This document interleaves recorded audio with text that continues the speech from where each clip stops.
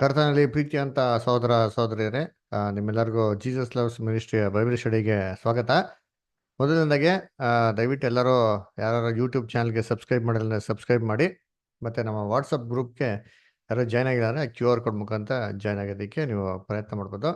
ಅದೇ ರೀತಿ ಹೊಸ ಕ್ರೈಸ್ತ ಸಹೋದರ ಸಹೋದರಿಗಳು ಯಾರು ಬೈಬಲ್ ಸ್ಟಡಿನ ಉಚಿತವಾಗಿ ಕೇಳೋದಕ್ಕೆ ಇಂಟ್ರೆಸ್ಟ್ ಇದ್ದರೆ ಅವರು ಕೂಡ ಏನು ಮಾಡೋದು, ಜಾಯ್ನ್ ಮಾಡೋದು. ಕರ್ತನಲ್ಲಿ ಪ್ರೀತಿ ಅಂತ ಸಹೋದರ ಸಹೋದರಿಯರೇ, ನಾವು ಕಳೆದ ವಾರ ಒಂದು ಮುಖ್ಯವಾಗಿರೋಂಥ ಪಾಠ ಏನು ಮಾಡಿದ್ರಿ, ನಾವು ನೋಡಿದ್ರಿ. ಅದರ ಅದೇದಪ್ಪ ಅಂದರೆ ಮೊದಲನೇ ಲೋಕ. ಅದರ ಎಲ್ಲರಿಗೂ ಚೆನ್ನಾಗಿ ಜ್ಞಾಪನ ಇದೆಯಾ? ಇಲ್ಲ ಮರ್ತೋಗ್ಬಿಟ್ಟಿದ್ದೀರಾ? ಅದರ ನೋಡ್ಬೇಕಾ, ಮೊದಲನೇ ಲೋಕದಲ್ಲಿ ನಾವೇನು ನೋಡಿದ್ರಿ? ಅದು ಆದಾಮನ ಸೃಷ್ಟಿ ಮಾಡಿದಾಗಿಂದ ಹಿಡಿದು ಏನ್ರಿ ಜಳೆಪಳೆಯದವರೆಗೂ ಮೊದಲನೇ ಲೋಕ ಅಂತ ನೋಡಿದ್ರಿ. ಆ ಒಂದು ಮೊದಲನೇ ಲೋಕನ ದೇವರು ಯಾತಕ್ಕಾಗಿ ನಾಶ ಮಾಡೋದಂತ ಕೂಡ ನೋಡಿದ್ರಿ. ಅದರ ಅದಲ್ಲಿ ಏನಪ್ಪ ನೋಡಿದ್ರೆ, ದೇವದೂತರು ಏನ್ರಿ ಭೂಲೋಕದಲ್ಲಿ ಬಂದು ಮನುಷ್ಯರ ನಡುವೆ ಮಾಂಸದಲ್ಲಿ ಬರೋದಕ್ಕೆ ದೇವ್ರು ಏನ್ ಮಾಡಿದ, ಅವ್ರಿಗೆ ಕೃಪೆನ ನೀಡಿದ್ರು. ಆ ದೇವದೂತರುಗಳು ಯಾವಾಗ ಮನುಷ್ಯರ ನಡುವೆ ಮಾಂಸದಲ್ಲಿ ಬಂದು ಮನುಷ್ಯರ ನಡುವೆ ಇರ್ತಾ ಇದ್ರೋ, ಭೂಲೋಕದಲ್ಲಿರುವಂಥ ಸುಂದರವಾದ ಸ್ತ್ರೀಗಳನ್ನ ನೋಡಿ ಅವ್ರೇನ್ ಮಾಡೋದು, ಇಷ್ಟರಾದವ್ರು ಏನ್ ಮಾಡಿದವರು ಮದುವೆ ಮಾಡ್ಕೊಂಡ್ರು, ಹೆಂಡರನಾಗಿ ಮಾಡ್ಕೊಂಡ್ರು. ಅದು ಕೂಡ ಸತ್ಯವೇದಲ್ಲಿ ನೋಡ್ತೀರಿ. ಅದರ ಇದು ಯಾವಾಗ ಆಯ್ತು ಅಂತ ನೋಡಿದ್ರೆ, ಆದಾಮ್ ಪಾಪ ಮಾಡಿದ ನಂತರ ಏನ್ರಿ ಮನುಷ್ಯನು ಅವನ್ನ ಕಾಪಾಡೋದಕ್ಕೋಸ್ಕರ ದೇವ್ರ ಏನ್ ಮಾಡ್ತಾರೆ ಅಂತಂದ್ರೆ, ಅವನ್ನ ಏನ್ರಿ ಅವನ್ನ ರಕ್ಷಣೆ ಕೊಡೋದಕ್ಕಂತ ಅಂದ್ಬಿಟ್ಟು ದೇವದೂತರನ್ನ ಏನ್ ಮಾಡ್ತಾರೆ, ಅವ್ನು ಕಳಿಸ್ತಾರೆ. ಮನುಷ್ಯನ ಏನ್ ಮಾಡ್ಲಿ, ಕಾಪಾಡ್ಲಿ ಅಂತ Hebreಯರು 2:5 ಹೇಳ್ತಾರೆ. ಅದೇ ನೋಡ್ಬೇಕಾದ್ರೆ ಇವಾಗ ಬಂದವಾಗ ಈ ದೇವದೂತರು ಭೂಲೋಕದ ಸ್ತ್ರೀಗಳಿದ್ರೆ ಮದುವೆ ಮಾಡ್ಕೊಂಡವಾಗ ಯಾರಪ್ಪ ಹುಟ್ಟಿದ್ರು ಅಂತ ನೋಡ್ತೀರಿ. ನಾವು ಭೂಲೋಕ ಅಂದ್ರೆ ರಾಕ್ಷಸಗಳು ಹುಟ್ಟಿದ್ರು ಅಂತ ನೋಡ್ತೀರಿ. ಎಂತ ಪರಾಕ್ರಮ ಅಂತ ರಾಕ್ಷಸಗಳು ಅಂತಂದ್ರೆ, ಆದಿಕಾಂಡ 6:4-5 ನೋಡೋದಾದ್ರೆ ಏನ್ರಿ ದೊಡ್ಡ ದೊಡ್ಡ ಏನ್ರಿ ಪರಾಕ್ರಮಶಾಲಿಗಳು. ಅದರ ಇವರು ಪೂರ್ವ ಕಾಲದಲ್ಲಿ ಹೆಸರುವಾಸಿಯಾಗಿದ್ದವರು ಅಂತ ಕೂಡ ನಾವೇನ್ ಮಾಡ್ತೀವಿ ನೋಡ್ತೀವಿ. ಅಂದ್ರೆ ಒಂದ್ ಕಾಲದಲ್ಲಿ ಏನೋ ಸುಮ್ಮನೆ ಕಾಂಜಿ ಬಿಂಜಿ ಅಲ್ಲ, ತುಂಬಾ ಫೇಮಸ್ ಆದವ್ರಿ. ಅದರ ಇವರು ದೆಸೆಯಿಂದ ಭೂಲೋಕದಲ್ಲಿರೋಂಥ ಸಾಮಾನ್ಯ ಮನುಷ್ಯಗಳ ಮೇಲೆ ದೌರ್ಜನ್ಯ ಜಾಸ್ತಿ ಆಯ್ತು ಅಂತ ನೋಡ್ತೀವಿ. ಅವ್ರ ಮೇಲೆ ದಬ್ಬಾಳಿಕೆ ಮಾಡಕ್ಕೆ ಶುರು ಮಾಡಿದ್ರು. ಇದು ದೇವಚಿತ್ತ ಅಲ್ಲ ರೀ. ಮನುಷ್ಯನ ಮೇಲೆ ಆಳ್ವಿಕೆ ಮಾಡೋದು ದೇವಚಿತ್ತ ಅಲ್ಲ ರೀ. ಮನುಷ್ಯ ಕಾಡು ಮೃಗಗಳ ಮೇಲೆ ಪ್ರಾಣಿಗಳ ಮೇಲೆ ಆಳ್ವಿಕೆ ಮಾಡಬೇಕಂತ ದೇವ್ರ ದೊರೆತನ ಕೊಟ್ಟಿದ್ದು. ಅದರಿಂದ ದೇವ್ರು ಏನ್ ಮಾಡ್ತಾರೆ ಅಂತಂದ್ರೆ, ಯಾವಾಗಲೂ ಮನುಷ್ಯನ ಆಲೋಚನೆ ಕೆಟ್ಟದಾಗಿರೋದನ್ನ ನೋಡ್ಬಿಟ್ಟು ಈ ಒಂದು ಲೋಕ ನಾಶ ಮಾಡಬೇಕು ಅಂತ ದೇವ್ರ ನಿರ್ಧಾರ ಮಾಡ್ತಾರೆ. ಅಂದ್ರೆ ಏನಪ್ಪ ನಾಶ ಮಾಡ್ಬೇಕಾಗಿತ್ತು ಅಂತ ನೋಡಿದ್ರೆ, ಆಕಾಶದಲ್ಲಿ ಈ ಬಿದ್ದೋಗಿರೋ ದೂತರುಗಳು ಆಳ್ವಿಕೆ ಏನಾಗಿತ್ತು ಇತ್ತು. ಈ ಭೂಲೋಕದಲ್ಲಿ ಯಾರ್ದ ಆಳ್ವಿಕೆ ಇತ್ತು ಅಂತ ನೋಡ್ತಿದ್ರೆ, ಈ ರಾಕ್ಷಸರುಗಳು, ಈ ದೇವದೂತರು ಮತ್ತೆ ಸ್ತ್ರೀಗೆ ಹುಟ್ಟಿರಂತ ರಾಕ್ಷಸಗಳ ಆಳ್ವಿಕೆ ಇತ್ತು. ಇವೆರಡನ್ನೂ ನಾಶ ಮಾಡಬೇಕು. ಅದರ ಈ ಒಂದು ಭೂಮಿ, ಈ ಒಂದು ಆಕಾಶ ಎರಡನ್ನೂ ನಾಶ ಮಾಡ್ಬೇಕು ಅಂತ ದೇವ್ರೇನ್ ಮಾಡ್ತಾರೆ, ಒಂದು ಡಿಸಿಷನ್ ಮಾಡ್ತಾರೆ. ಅವಾಗೇನೆ ಏನ್ರಿ ಮಾಡೋದು, ಕರ್ತನಲ್ಲಿ ಪ್ರೀತಿ ಅಂತ ಸೋಸಗಳೇ, ನೋವನಿಗೆ ಒಂದು ದೊಡ್ಡ ನಾವೇನ ಕಟ್ಟು ಅಂತ ಹೇಳ್ತಾರೆ. 120 ವರ್ಷ ಸಮಯ ತಗೊಂಡು ನೋವ ಏನ್ ಮಾಡ್ತಾರೆ, ನಾವೇನ ಕಟ್ತಾರೆ. ಅವಾಗೆಲ್ಲಾ ಪ್ರಾಣಿಗಳನ್ನ ಏನ್ರಿ ಆ ಆ ಅಶುದ್ಧವಾದದ್ದು 2 ಜೋಡಿ, ಶುದ್ಧವಾದದ್ದು 7 ಜೋಡಿಗಳನ್ನ ನಾವೇ ತೊಗೊಂಡೋಗ್ತಾರೆ. ನಾವೇಳ್ಗೆ ಕರ್ಕೊಂಡೋಗಿದ್ಮೇಲೆ ಏನ್ರಿ 40 ದಿನ ಹಗಲು ರಾತ್ರಿ ಭಯಂಕರವಂತ ಮಳೆ ಬರ್ತಾರೆ. ಈ ಮಳೆ ಹೇಗ್ ಬಂತು ಅಂತ ಕೂಡ ನಾವೇನ್ ಮಾಡಿದ್ವಿ ನೋಡಿದ್ರೆ, ಯಾಕಂದ್ರೆ ಮೊದಲನೇ ಲೋಕದಲ್ಲಿ ಮಳೆನೇ ಇರಲ್ಲ. ಮಳೆನೇ ಇಲ್ದಿರಂತ ಲೋಕದಲ್ಲಿ ಮಳೆ ಹೆಂಗಪ್ಪ ಬಂತು ಅಂದ್ರೆ, ಆ ಭೂಮಿ ಸುತ್ತಲೂ ಇರುವಂತ ನೀರಿನ ಕವಚ ಕ್ಯಾನಪಿನೇ ಮಾಡೋ ದೇವ್ರನ್ನ ಹೊಡೆದು ಬಿಸಾಕೋರು ಅಂತ ಕೂಡ ನೋಡ್ತೀರಿ ಅಲ್ರ. ಅವಾಗ ಈ ಜಳಪಲೆಯದು ಏನಪ್ಪ ಆಯ್ತು ಅಂತಂದ್ರೆ ಏನ್ರಿ, ಈ ಒಂದು ಯಾರ್ಯಾರೋ ಮನುಷ್ಯರಲ್ಲಿ ಈ ದೇವದೂತರ ರಕ್ತ ಇತ್ತೋ, ಮತ್ತೆ ಯಾರೆಲ್ಲ ರಾಕ್ಷಸಗಳು ಭೂಲೋಕದಲ್ಲಿ ಹುಟ್ಟಿದ್ರೋ, ಇವರೆಲ್ಲ ಸಂಪೂರ್ಣವಾಗಿ ಜಳಪಳೆದ ಏನಾಗ್ತಾರೆ, ಅಲ್ಲಿ ಮಣ ಒಂಥರ ತೀರೋಗ್ಬಿಡ್ತಾರೆ. ಏನ್ರಿ ಈ ದೇವದೂತರುಗಳು ಏನಪ್ಪ ಆದ್ರು, ಈ ಬಿದ್ದೋಗಿರೋ ದೇವದೂತರುಗಳು ಏನಾದ್ರು, ಅವ್ರು ಪಾಪ ಮಾಡಿದ್ಲ ಅವ್ರು ಏನಾದ್ರು ಅಂತ ನೋಡೋದಾದ್ರೆ, ಕರ್ತನಲ್ಲಿ ಪ್ರೀತಿ ಅಂತ ಸೊರಸಗಳೇ ಏನ್ರಿ, ಜಳಪಳೆ ಯಾವಾಗ ಬಂತೋ, ಈ ಒಂದು ಬಿದ್ದೋಗಿರೋ ದೂತರೆಲ್ಲ ಮಾಂಸದಲ್ಲಿ ಇದ್ದವರೆಲ್ಲರೂ ಮಾರ್ಪಾಡಾಗಿ ಆತ್ಮಿಕ ಶರೀರಕ್ಕೆ ಏನಾಗ್ಬಿಡ್ತಾರೆ, ಹೋಗ್ಬಿಡ್ತಾರೆ. ಈ ವರ ದೇವದೂತರಿಗೆ ಏನ್ ಮಾಡಿದ್ರು, ಕೊಟ್ಟಿದ್ರು. ಇದು ಕಳೆದ ಕೂಡ ನೋಡಿದಿರಿ. ಅದರ ಯಾವಾಗ ಆತ್ಮಿಕ ಒಂದು ಶರೀರದಲ್ಲಿ ಇರ್ತಾರೋ, ಅವರು ಜಳಪಲೆ ಬರ್ಬೇಕಾದ್ರೆ ಎಸ್ಕೇಪ್ ಆಗ್ಬಿಡ್ತಾರೆ. ಎಲ್ಲಿಗೆ ಹೋಗ್ಬಿಟ್ರು ಅಂದ್ರೆ, ಈ ಭೂಮಿಯ ವಾಯುಮಂಡಲಲ್ಲಿ ದೇವರನ್ನ ಕಟ್ಟಾಕಿ ಇಟ್ಬಿಟ್ಟಿದ್ದಾರೆ. ಏನು ಕಟ್ಟಾಕಿ ಇಟ್ಬಿಟ್ಟಿದ್ದಾರೆ ಅಂದ್ರೆ ಏನಪ್ಪಾ ಅರ್ಥ ಅಂತಂದ್ರೆ, 2 ಪೇತ್ರ 2:4 ಓದ್ತಿಲ್ಲ, ಪಾಪ ಮಾಡಿದ ದೇವದೂತರನ್ನು ದೇವರು ಸುಮ್ಮನೆ ಬಿಡದೆ ಅವ್ರನ್ನ ಕತ್ತಲೆ ಗುಂಡಿಗೆ ನರಕಕ್ಕೆ ದಬ್ಬಿ ನ್ಯಾಯ ತೀರ್ಪು ಹೊಂದೋದಕ್ಕಾಗಿ ಏನ್ ಮಾಡೋದು, ಇಡಲ್ಪಟ್ಟವರಾಗಿದ್ದಾರೆ ಅಂತ ನೋಡ್ತಾರೆ. ಭೂಮಿಯ ಒಂದು ವಾಯುಮಂಡಲದಲ್ಲಿ ಕತ್ತಲೆ ಗುಂಡಿಯಲ್ಲಿ, ಅದೇ ಕತ್ತಲೆ ಗುಂಡಿ, ಅಲ್ಲೇನಿಲ್ಲ ಬೆಳಕಿಲ್ಲ, ತುಂಬಾ ಒಂದು ಕತ್ಲಿರಂತ ಸ್ಥಳ, ಅಲ್ಲಿ ದೇವರವ್ರನ್ನ ಬಂಧನದಲ್ಲಿ ಇಟ್ಬಿಡೋರು. ಭೂಲೋಕಕ್ಕೂ ಬರೋಂಗಿಲ್ಲ, ಅದೇ ರೀತಿ ಅವರು ಏನ್ರಿ ಪರಲೋಕಕ್ಕೆ ದೇವ್ರ ಸೈನ್ಯದಲ್ಲಿ ಕೂಡ ಏನಾಗ ಹೋಗಂಗಿಲ್ಲ. ಆ ಥರ ಏನ್ ಮಾಡೋ ದೇವರು ಅದು ಬಂಧನದಲ್ಲಿ ಇಟ್ಟಾರೆ ನಾವು ನೋಡ್ತೀರಿ. ಆದ್ರೆ ಈ ರೀತಿ ಮೊದಲನೇ ಲೋಕ ಏನಾಯ್ತು? ನಾಶ ಆಯ್ತು. ಮೊದಲನೇ ಲೋಕ ನಾಶ ಆಯ್ತು ಅಂದ್ರೆ ಏನಪ್ಪಾ ಅಂತಂದ್ರೆ, ಏನೋ ಈ ಗ್ರಹ ನಾಶ ಆಗ್ಬಿಡ್ತು ಅಂತಲ್ಲ ರೀ. ಯಾಕಂದ್ರೆ ಮಳೆ ಎಲ್ಲ ನಿಂತೋಗಿದ್ಮೇಲೆ ನೋವ ಏನ್ರಿ ಇದೇ ಒಂದು ನಾವೆಯಿಂದ ಹೊರಗಡೆ ಬರ್ತಾನೆ. ಇದೇ ಭೂಮಿ ಮೇಲೆ ಏನ್ರಿ ಮೌಂಟ್ ಅರರಾತ್ ಅಂತ ಪರ್ವತ ಹೊರಗಡೆ ಬಂದ್ಬಿಟ್ಟು ಅಲ್ಲಿ ದೇವ್ರಿಗೆ ಯಜ್ಞಗಳನ್ನ ಸಲ್ಲಿಸ್ತಾನೆ. ದೇವ್ರ ಆಕಾಶದಲ್ಲಿ ಮುಗಿಲ್ ಬಿಲ್ ಕೂಡ ಇರ್ತಾರೆ. ಇದೆಲ್ಲ ಇದೇ ಭೂಮಿಯಲ್ಲಿ ನಡೆದಿರೋಂಥ ವ್ಯವಸ್ಥೆ ರೀ ಅಲ್ವರ. ಆದ್ರೆ ಏನಪ್ಪಾ ಅಂದ್ರೆ ಈ ದುಷ್ಟ ಈ ರಾಕ್ಷಸರುಗಳು ಮತ್ತೆ ಪಾಪ ಮಾಡಿರೋಂಥ ದೇವದೂತರ ಆಳ್ವಿಕೆ ಏನಾಯ್ತು ಅಂದ್ರೆ ಅಲ್ಲಿ ಅಂತ್ಯ ಆಯ್ತು. ಇದೇ ಭೂಮಿ, ಇದೇ ಗ್ರಹ. ಆದ್ರೆ ಹೊಸ ವ್ಯವಸ್ಥೆ ಏನಾಯ್ತು ಅಲ್ಲಿ ಶುರು ಆಯ್ತು. ಈ ಹಳೆ ವ್ಯವಸ್ಥೆ ಏನಾಗ್ಬಿಡುದು ಸಂಪೂರ್ಣವಾಗಿ ಹೊಟ್ಟೋಯ್ತು. ಏನ್ ವ್ಯವಸ್ಥೆ ಹೊಟ್ಟೋಯ್ತು? ಈ ದೇವದೂತರು ಆತ್ಮಿಕ ಶರೀರದಿಂದ ಮಾಂಸಿಕ ಶರೀರಕ್ಕೆ ಬರೋದು, ಮಾಂಸಿಕ ಶರೀರದಿಂದ ಆತ್ಮಿಕ ಶರೀರ ಬರೋಂಥ ಈ ಒಂದು ವ್ಯವಸ್ಥೆ ಹೊಟ್ಟೋಯ್ತು. ಭೂಲೋಕದಲ್ಲಿ ರಾಕ್ಷಸಗಳಿದ್ದಂಥ ವ್ಯವಸ್ಥೆ ಆಯ್ತು ಸಂಪೂರ್ಣವಾಗಿ ಹೊಟ್ಟೋಯ್ತು ಅಲ್ವರ. ಅದರಿಂದ ಕರ್ತನಲ್ಲಿ ಪ್ರೀತಿ ಅಂತ ಸ್ವರ್ಗ ನೋಡ್ಬೇಕಾದ್ರೆ ಏನ್ರಿ ಇಲ್ಲಿ ನೋಡ್ಬೇಕಾದ್ರೆ ಏನಾಯ್ತು ಅಂತ ನೋಡ್ತಾರೆ, ದೇವತೆ ಒಡಂಬಡಿಕೆ ಮಾಡ್ಕೊಂಡು ನೋಡ್ತೀರಿ. ಆದಿಕಾಂಡ 9:13 ಹೇಳ್ದಂಗೆ ಅಲ್ವರ. ಅವಾಗ ನೋವ ದೇವ್ರಿಗೆ ಯಜ್ಞಗಳನ್ನ ಸಲ್ಲಿಸ್ತಾನೆ. ದೇವ್ರು ಅವಾಗ ಒಡಂಬಡಿಕೆ ಮಾಡ್ಕೊತಾರೆ, ಇನ್ನು ಮುಂದಕ್ಕೆ ನಾನು ಯಾವತ್ತೂ ಏನ್ ಮಾಡಕ್ ಹೋಗಲ್ಲ, ಜಲಪಳದಿಂದ ಈ ಭೂಮಿನ ನಾಶ ಮಾಡಕ್ ಹೋಗಲ್ಲ ಅಂತ ಕೂಡ ದೇವ್ರು ಹೇಳ್ತಾರೆ ಅದರ. ಸರಿ, ಕರ್ತನಲ್ಲಿ ಪ್ರೀತಿ ಅಂತ ಸಹೋದರ ಸಹೋದರಿಯರೇ, ಎರಡನೇ ಲೋಕ ಶುರು ಆಗ್ತದೆ. ಈ ಎರಡನೇ ಲೋಕದಲ್ಲಿ ನೋವ ಏನಪ್ಪ ಕೆಲಸ ಮಾಡ್ತಾನೆ ಅಂತ ನೋಡ್ತೀನಿ ಅಂತಂದ್ರೆ, ಮೊದಲನೇ ಲೋಕದಲ್ಲಿ ಏನ್ ಕೆಲಸ ಮಾಡ್ತಾ ಇದ್ನೋ ಅದೇ ಕೆಲಸನ ಎರಡನೇ ಲೋಕದಲ್ಲಿ ಮಾಡೋದಕ್ಕೆ ಅವನು ಕಂಟಿನ್ಯೂ ಮಾಡ್ತಾನೆ. ಸರಿ, ಏನಪ್ಪ ಕೆಲಸ ಮಾಡ್ತಾ ಇದ್ದ ಮೊದಲನೇ ಹೋಗ್ತಾ ಇದ್ರೆ? ಮೊದಲನೇ ಹೋಗ್ತಲ್ಲಿ ಒಂದು ದ್ರಾಕ್ಷ ತೋಟನ ಹಾಕಿ ವ್ಯವಸಾಯ ಮಾಡ್ತಾ ಇರ್ತಾರೆ. ಇದೇ ಕೆಲಸನ ಎರಡನೇ ಲೋಕದಲ್ಲಿ ಕೂಡ ಏನ್ ಮಾಡ್ತಾನ್ರಿ ಅವನು ಕಂಟಿನ್ಯೂ ಮಾಡ್ತಾರೆ ಅಲ್ವರ. ನೋಡಿ, ಈ ದ್ರಾಕ್ಷ ತೋಟನ ನೆಟ್ಟಿ ಅಲ್ವರ ಏನಾಯ್ತು ನೋವನ್ಗೆ ಅಂತ ನಾವು ವಾಕ್ಯದಲ್ಲಿ ಓದೋಣ. ಆದಿಕಾಂಡ 9ನೇ ಅಧ್ಯಾಯ 20 ಮತ್ತು 21ನೇ ವಾಕ್ಯ. ಯಾರಾದ್ರೂ ಓದ್ರಿ ಸೋದರ ಸೋದರಿಗಳು? ಪುಷ್ಪಲತಾ ಅಷ್ಟ ಓದಿ. ನೋಹನು ವ್ಯವಸಾಯಗಾರನಾಗಿದ್ದನು. ಅವನೇ ದ್ರಾಕ್ಷಿ ತೋಟವನ್ನು ಪ್ರಾರಂಭಿಸಿದನು. ಅವನು ದ್ರಾಕ್ಷಾರಸವನ್ನು ಕುಡಿಯಲು ಅಮಲೇರಿದ್ದರಿಂದ ಗುಡಾರದಲ್ಲಿ ಬೆತ್ತಲೆಯಾಗಿ ಬಿದ್ದಿದ್ದನು. Very good star. ಸರಿ, ನೋಡ್ಬೇಕೇನು ನೋಡ್ತೀವಿ ಅಂದ್ರೆ ನೋವನು ವ್ಯವಸಾಯಗಾರನಾಗಿದ್ದನು ಅಂತ ನೋಡ್ತೀವಿ. ಏನಪ್ಪ ಮಾಡ್ತಾ ಇದ್ರೆ ವ್ಯವಸಾಯಗಾರನಾಗಿದ್ದಂತೆ. ಹಾಗಾದ್ರೆ ಅವ್ನು ಏನಪ್ಪ ಕೆಲಸ ಮಾಡ್ತಾ ಇದ್ದ ಅಂತ ನೋಡ್ತೀವಿ ಅಂದ್ರೆ ವ್ಯವಸಾಯ ಮಾಡ್ತಾ ಇದ್ದಂತ ರೀ ಅಲ್ವರ. ವ್ಯವಸಾಯನೇ ಅವನ ಕೆಲಸ ರೀ ಅಲ್ವರ. ವ್ಯವಸಾಯಗಾರನಾಗಿದ್ದು. ಸರಿ, ಏನು ವ್ಯವಸಾಯ ಮಾಡ್ತಾ ಇದ್ದ ಅಂತ ನೋಡಿದ್ರೆ ದ್ರಾಕ್ಷ ತೋಟವನ್ನು ಪ್ರಾರಂಭಿಸಿದನು. ವ್ಯವಸಾಯಗಾರನಾಗಿದ್ದನು ಅಂದ್ರೆ ಏನರ್ಥ?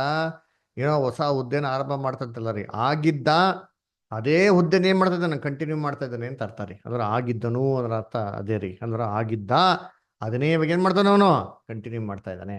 ಅಂದ್ರೆ ಅದಕ್ಕೆ ದ್ರಾಕ್ಷ ತೋಟ ಪ್ರಾರಂಭಿಸ್ತಂತೆ. ಆಮೇಲೆ ಅವನು ದ್ರಾಕ್ಷ ರಸವನ್ನು ಕುಡಿದು ಆಮೇಲೆ ರೀ ಗುಡಾರದಲ್ಲಿ ಬೆತ್ತಲಾಗಿ ಬಿಟ್ಟಿದ್ದಂತೆ. ನೋಡ್ರಿ ಹೆಂಗಿದ್ದಂತೆ ಅಂದ್ರೆ, ಹೆಂಗೆ ದ್ರಾಕ್ಷ ರಸ ಕುಡ್ದವನಂದ್ರೆ ಎಷ್ಟು ಅಮಲ್ಯರಿದೆ ಅಂತಂದ್ರೆ ಬೆತ್ತಲೆಯಾಗಿ ಗುಡಾರದಲ್ಲಿ ಬಿದ್ದಿದಂತೆ. ಅಷ್ಟೊಂದು ಪ್ರಜ್ಞೆನೇ ಇಲ್ಲದ ರೀತಿಯಲ್ಲಿ ಹೈ ಲೆವೆಲ್ ಕುಡಿದ್ಬಿಟ್ಟ ನೋಡ್ರಿ.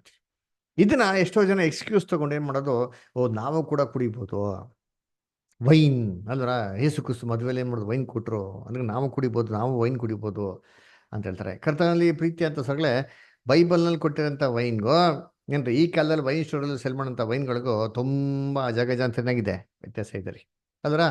ಕರ್ತನಲ್ಲಿ ಪ್ರೀತಿ ಅಂತ ಸೋರಸಗಳು ನೋಡ್ಬೇಕಾರೆ ಏನ್ರಿ ಎಷ್ಟೋ ಜನ ಇದನ್ನ ಎಕ್ಸ್ಕ್ಯೂಸ್ ತಗೊಂಡು ಏನ್ ಮಾಡ್ತಾರೆ ಇವತ್ತು ಕುಡಿತಾರೆ.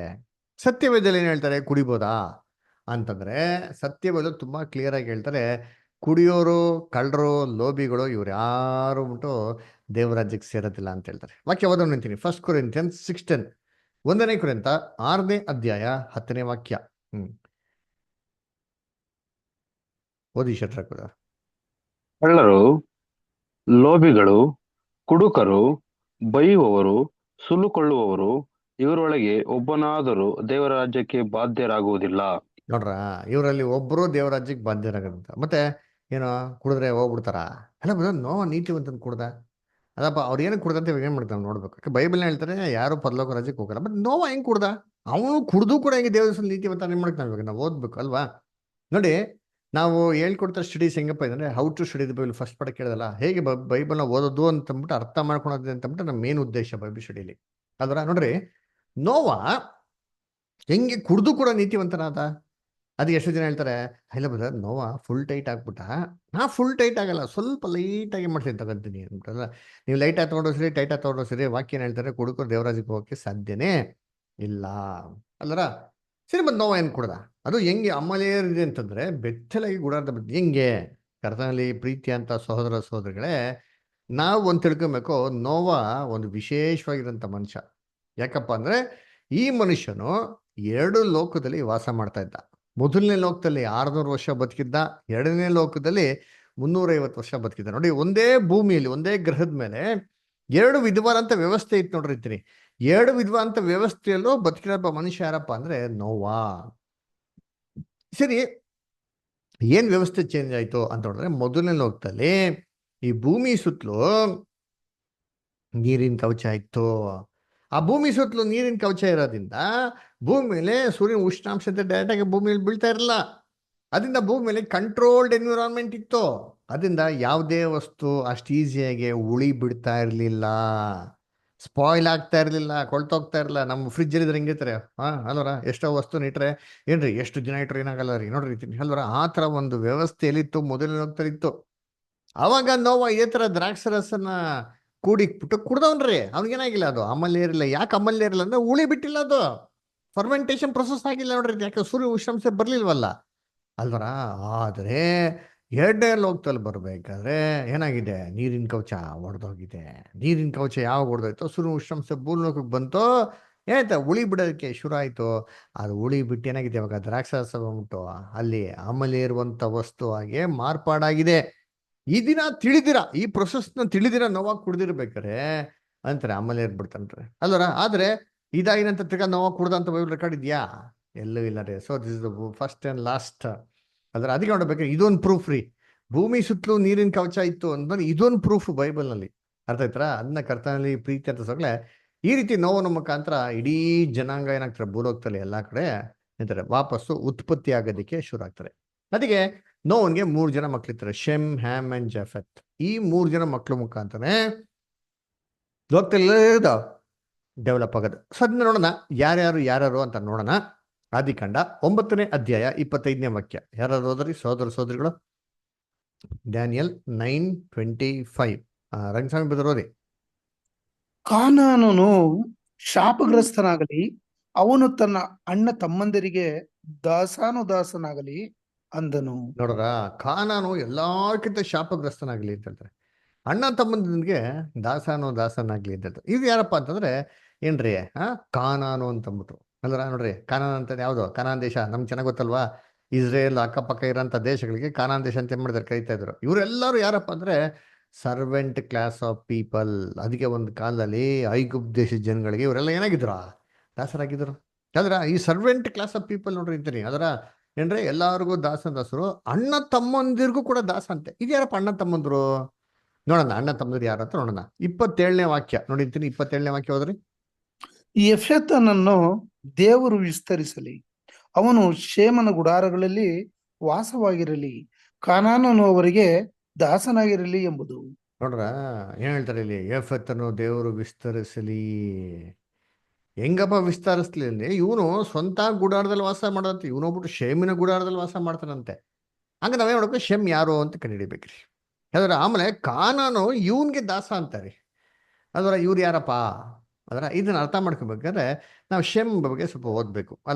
ಅದರಲ್ಲೇ 26ನೇ ವಾಕ್ಯ ಓದಿ ಬಿಡ್ತಾರೆ. 26 ಬಿಡ್ತಾರೆ. ಅವನು ಇನ್ನು ನುಡಿದಿದ್ದೇನೆಂದರೆ, ಶೇಮನ ದೇವರಾದ ಯೆಹೋವನಿಗೆ ಸ್ತೋತ್ರವಾಗಲಿ, ಕಾನಾನನು ಅವರಿಗೆ ದಾಸನಾಗಲಿ. ನೋಡ್ರ, ಕಾನಾನು ಇವನ್ಗೆ ದಾಸ ಅಂತೆ, ಇವನ್ಗೆ ದೇವ್ರಿಗೆ ಸ್ತೋತ್ರವಾಗ್ಲಿ ಅಂತ. ಏನಪ್ಪಾ ಅಂತ ಅಂದ್ರೆ, ಇವರು ದೇವ್ರನ್ನ ಹುಡ್ಕಂತ ಜನಗಳ್ರಿ. ಇವ್ರು ಯಾರಪ್ಪ ಅಂದ್ರೆ ಏಷ್ಯಾ ಖಂಡದವರು. ಈ ಏಷ್ಯಾ ಖಂಡದವರು ಅಧಿಕವಾಗಿ ದೇವ್ರನ್ನ ಹುಡ್ಕಂತ ಜನಗಳ್ರಿ. ಅದಕ್ಕೆ ನೀವು ಜಗತ್ತಲ್ಲಿ ಅಬ್ಸರ್ವ್ ಮಾಡಿ, ಎಲ್ಲಾ ಧರ್ಮ ಉತ್ಪತ್ತಿ ಆಗಿರೋದು ಏಷ್ಯಾದಲ್ಲ ರೀ. ಹಿಂದೂಯಿಸಮ್ ತಗೊಳ್ಳಿ, ಇಸ್ಲಾಂ ತಗೊಳ್ಳಿ, ಅಲ್ದರ ಬುದ್ಧಿಸಮ್ ತಗೊಳ್ಳಿ, ಜೈನಿಸಮ್ ತಗೊಳ್ಳಿ, ಅದರ ಕ್ರಿಶ್ಚಿಯಾನಿಟಿ ತಗೊಳ್ಳಿ, ಯಹೂದ್ಯರ ಧರ್ಮ ತಗೊಳ್ರಿ, ಎಲ್ಲ ಆಗಿರೋದು ಏನ್ರಿ ನಮ್ಮ ಏಷ್ಯಾ ಖಂಡದಲ್ಲೇ. ಮತ್ತೆ ಯಾಫೆತ್ ಅಂದ್ರೆ ಯಾರಪ್ಪ ಅಂತಂದ್ರೆ, ಇವ್ರಿಬ್ರು ಮೇಲೂ ಏನ್ರಿ ಆಳ್ವಿಕೆ ಮಾಡೋದಂತೆ. ಇವರು ಅವರ ಸಹೋದರಗಳ ಸ್ಥಳದಲ್ಲಿ ಗುಡಾರ ಮಾಡೋದಂತೆ. ಇವ್ರು ಯಾರಪ್ಪ ಅಂತ ನೋಡ್ತಾರೆ, ಯುರೋಪಿಯ ದೇಶದವರು. ಅಂದ್ರೆ ಯುರೋಪ ದೇಶ ಅಂತಂದ್ರೆ ನಮ್ಮ ಬ್ರಿಟಿಷರ್ಸ್ ಅಂತ ಹೇಳ್ಬೋದ್ರಿ. ನೋಡ್ರಿ, ಬ್ರಿಟಿಷರ್ಸ್ ಏನ್ರಿ, ಬ್ರಿಟಿಷರ್ಸ್ಗೆ ಎಲ್ಲಾರು ಏನಾಗಿದ್ರು, ದಾಸರ್ರಿ. ಮುಖ್ಯವಾಗಿ ಕಾನಾನ್ ಕಡೆ ಇರೋ ಅಂತೆಲ್ಲ ಏನಾಗಿದ್ರು, ಅವ್ರಿಗೆ ದಾಸರಾಗಿದ್ರು.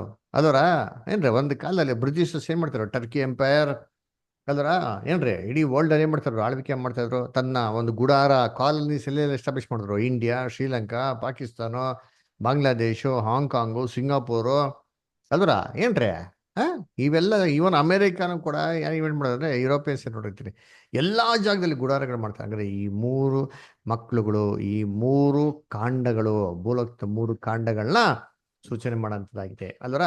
ಆ ಕಾಲದಲ್ಲಿ ಎಲ್ಲಾರ್ಗು ಒಂದೇ ಭಾಷೆ ಇರ್ತದೆ. ಒಂದೇ ಭಾಷೆ ಇರೋದ್ರಿಂದ ದೊಡ್ಡ ಗೋಪುರ ಕಟ್ಟಕ್ಕೆ ಶುರು ಮಾಡ್ತಾರೆ. ಎಲ್ಲಿಗೆ ಹೋಗೋದಕ್ಕೆ?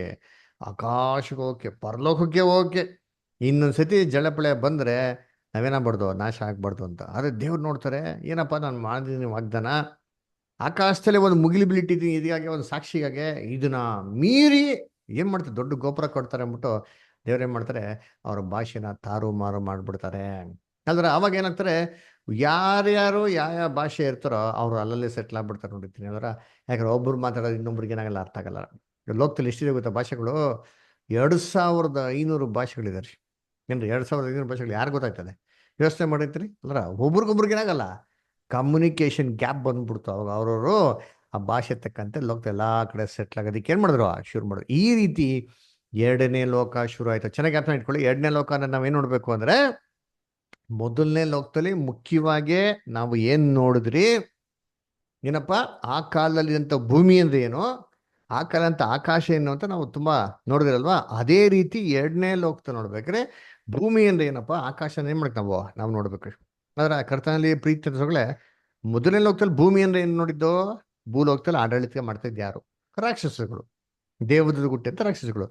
ಸರಿ, ಆಕಾಶದಲ್ಲಿ ಆಡಳಿತ ಮಾಡ್ತಿದ್ರು ಬಿದ್ದೋಗಿರೋ ದೂತಗಳು. ಇದೇ ಪ್ರಕಾರ ಎರಡನೇ ಒಂದು ಭೂಮಿಯಲ್ಲಿ, ಎರಡನೇ ಆಕಾಶದಲ್ಲಿ ಯಾರಪ್ಪ ಆಡಳಿತ ಮಾಡ್ತಾ ಇದ್ದಾರೆ ಅಂತ ನಾವೇ ಮಾಡಬೇಕು, ಹುಡುಕ್ಬೇಕು.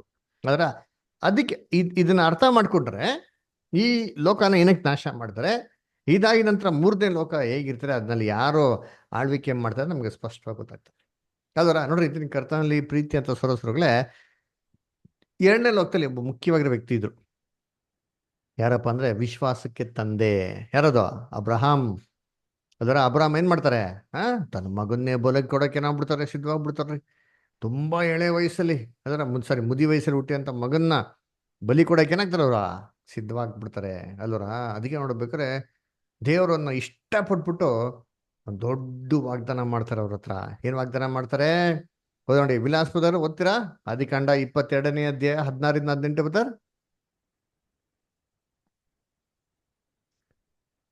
Vilas brother, Genesis 22nd chapter 16-18 ಓದ್ಬೋದಾ? Okay pastor. 16-18. Okay. ನೀನು ನಿನ್ನ ಒಬ್ಬನೇ ಮಗನನ್ನು ಸಮರ್ಪಿಸುವುದಕ್ಕೆ ಹಿಂತೆಗೆಯದೆ ಹೋದದ್ದರಿಂದ ನಾನು ನಿನ್ನನ್ನು ಆಶೀರ್ವದಿಸುವೆನು, ನಿನ್ನ ಸಂತತಿಯನ್ನು ಹೆಚ್ಚಿಸುವೆನು. ಅದನ್ನು ಆಕಾಶದ ನಕ್ಷತ್ರಗಳಂತೆಯೂ ಸಮುದ್ರ ತೀರದಲ್ಲಿರುವ ಉಸುಬಿನಂತೆಯೂ ಅಸಂಖ್ಯವಾಗಿ ಮಾಡುವೆನು. ಅವರು ಶತ್ರುಗಳ ಪಟ್ಟಣಗಳನ್ನು ಸ್ವಾಧೀನ ಮಾಡಿಕೊಳ್ಳುವರು. Very good ಅಲ್ವರಾ. ಆಮೇಲೆ ನೀನು ನನ್ನ ಮಾತನ್ನು ಕೇಳಿದ್ದರಿಂದ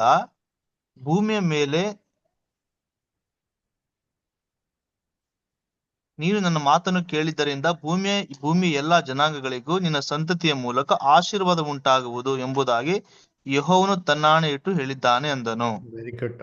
ಅದರ ಸರಿ ನೋಡ್ಬೇಕಾದ್ರೆ ದೇವರು ನಿನ್ನ ಸಂತತಿ ಮುಖಾಂತರ ಎಲ್ಲಾನು ಆಶೀರ್ವಾದ ಮಾಡೇ ಮಾಡ್ತೀನಿ ಅಂತ ಹೇಳ್ತಾರೆ.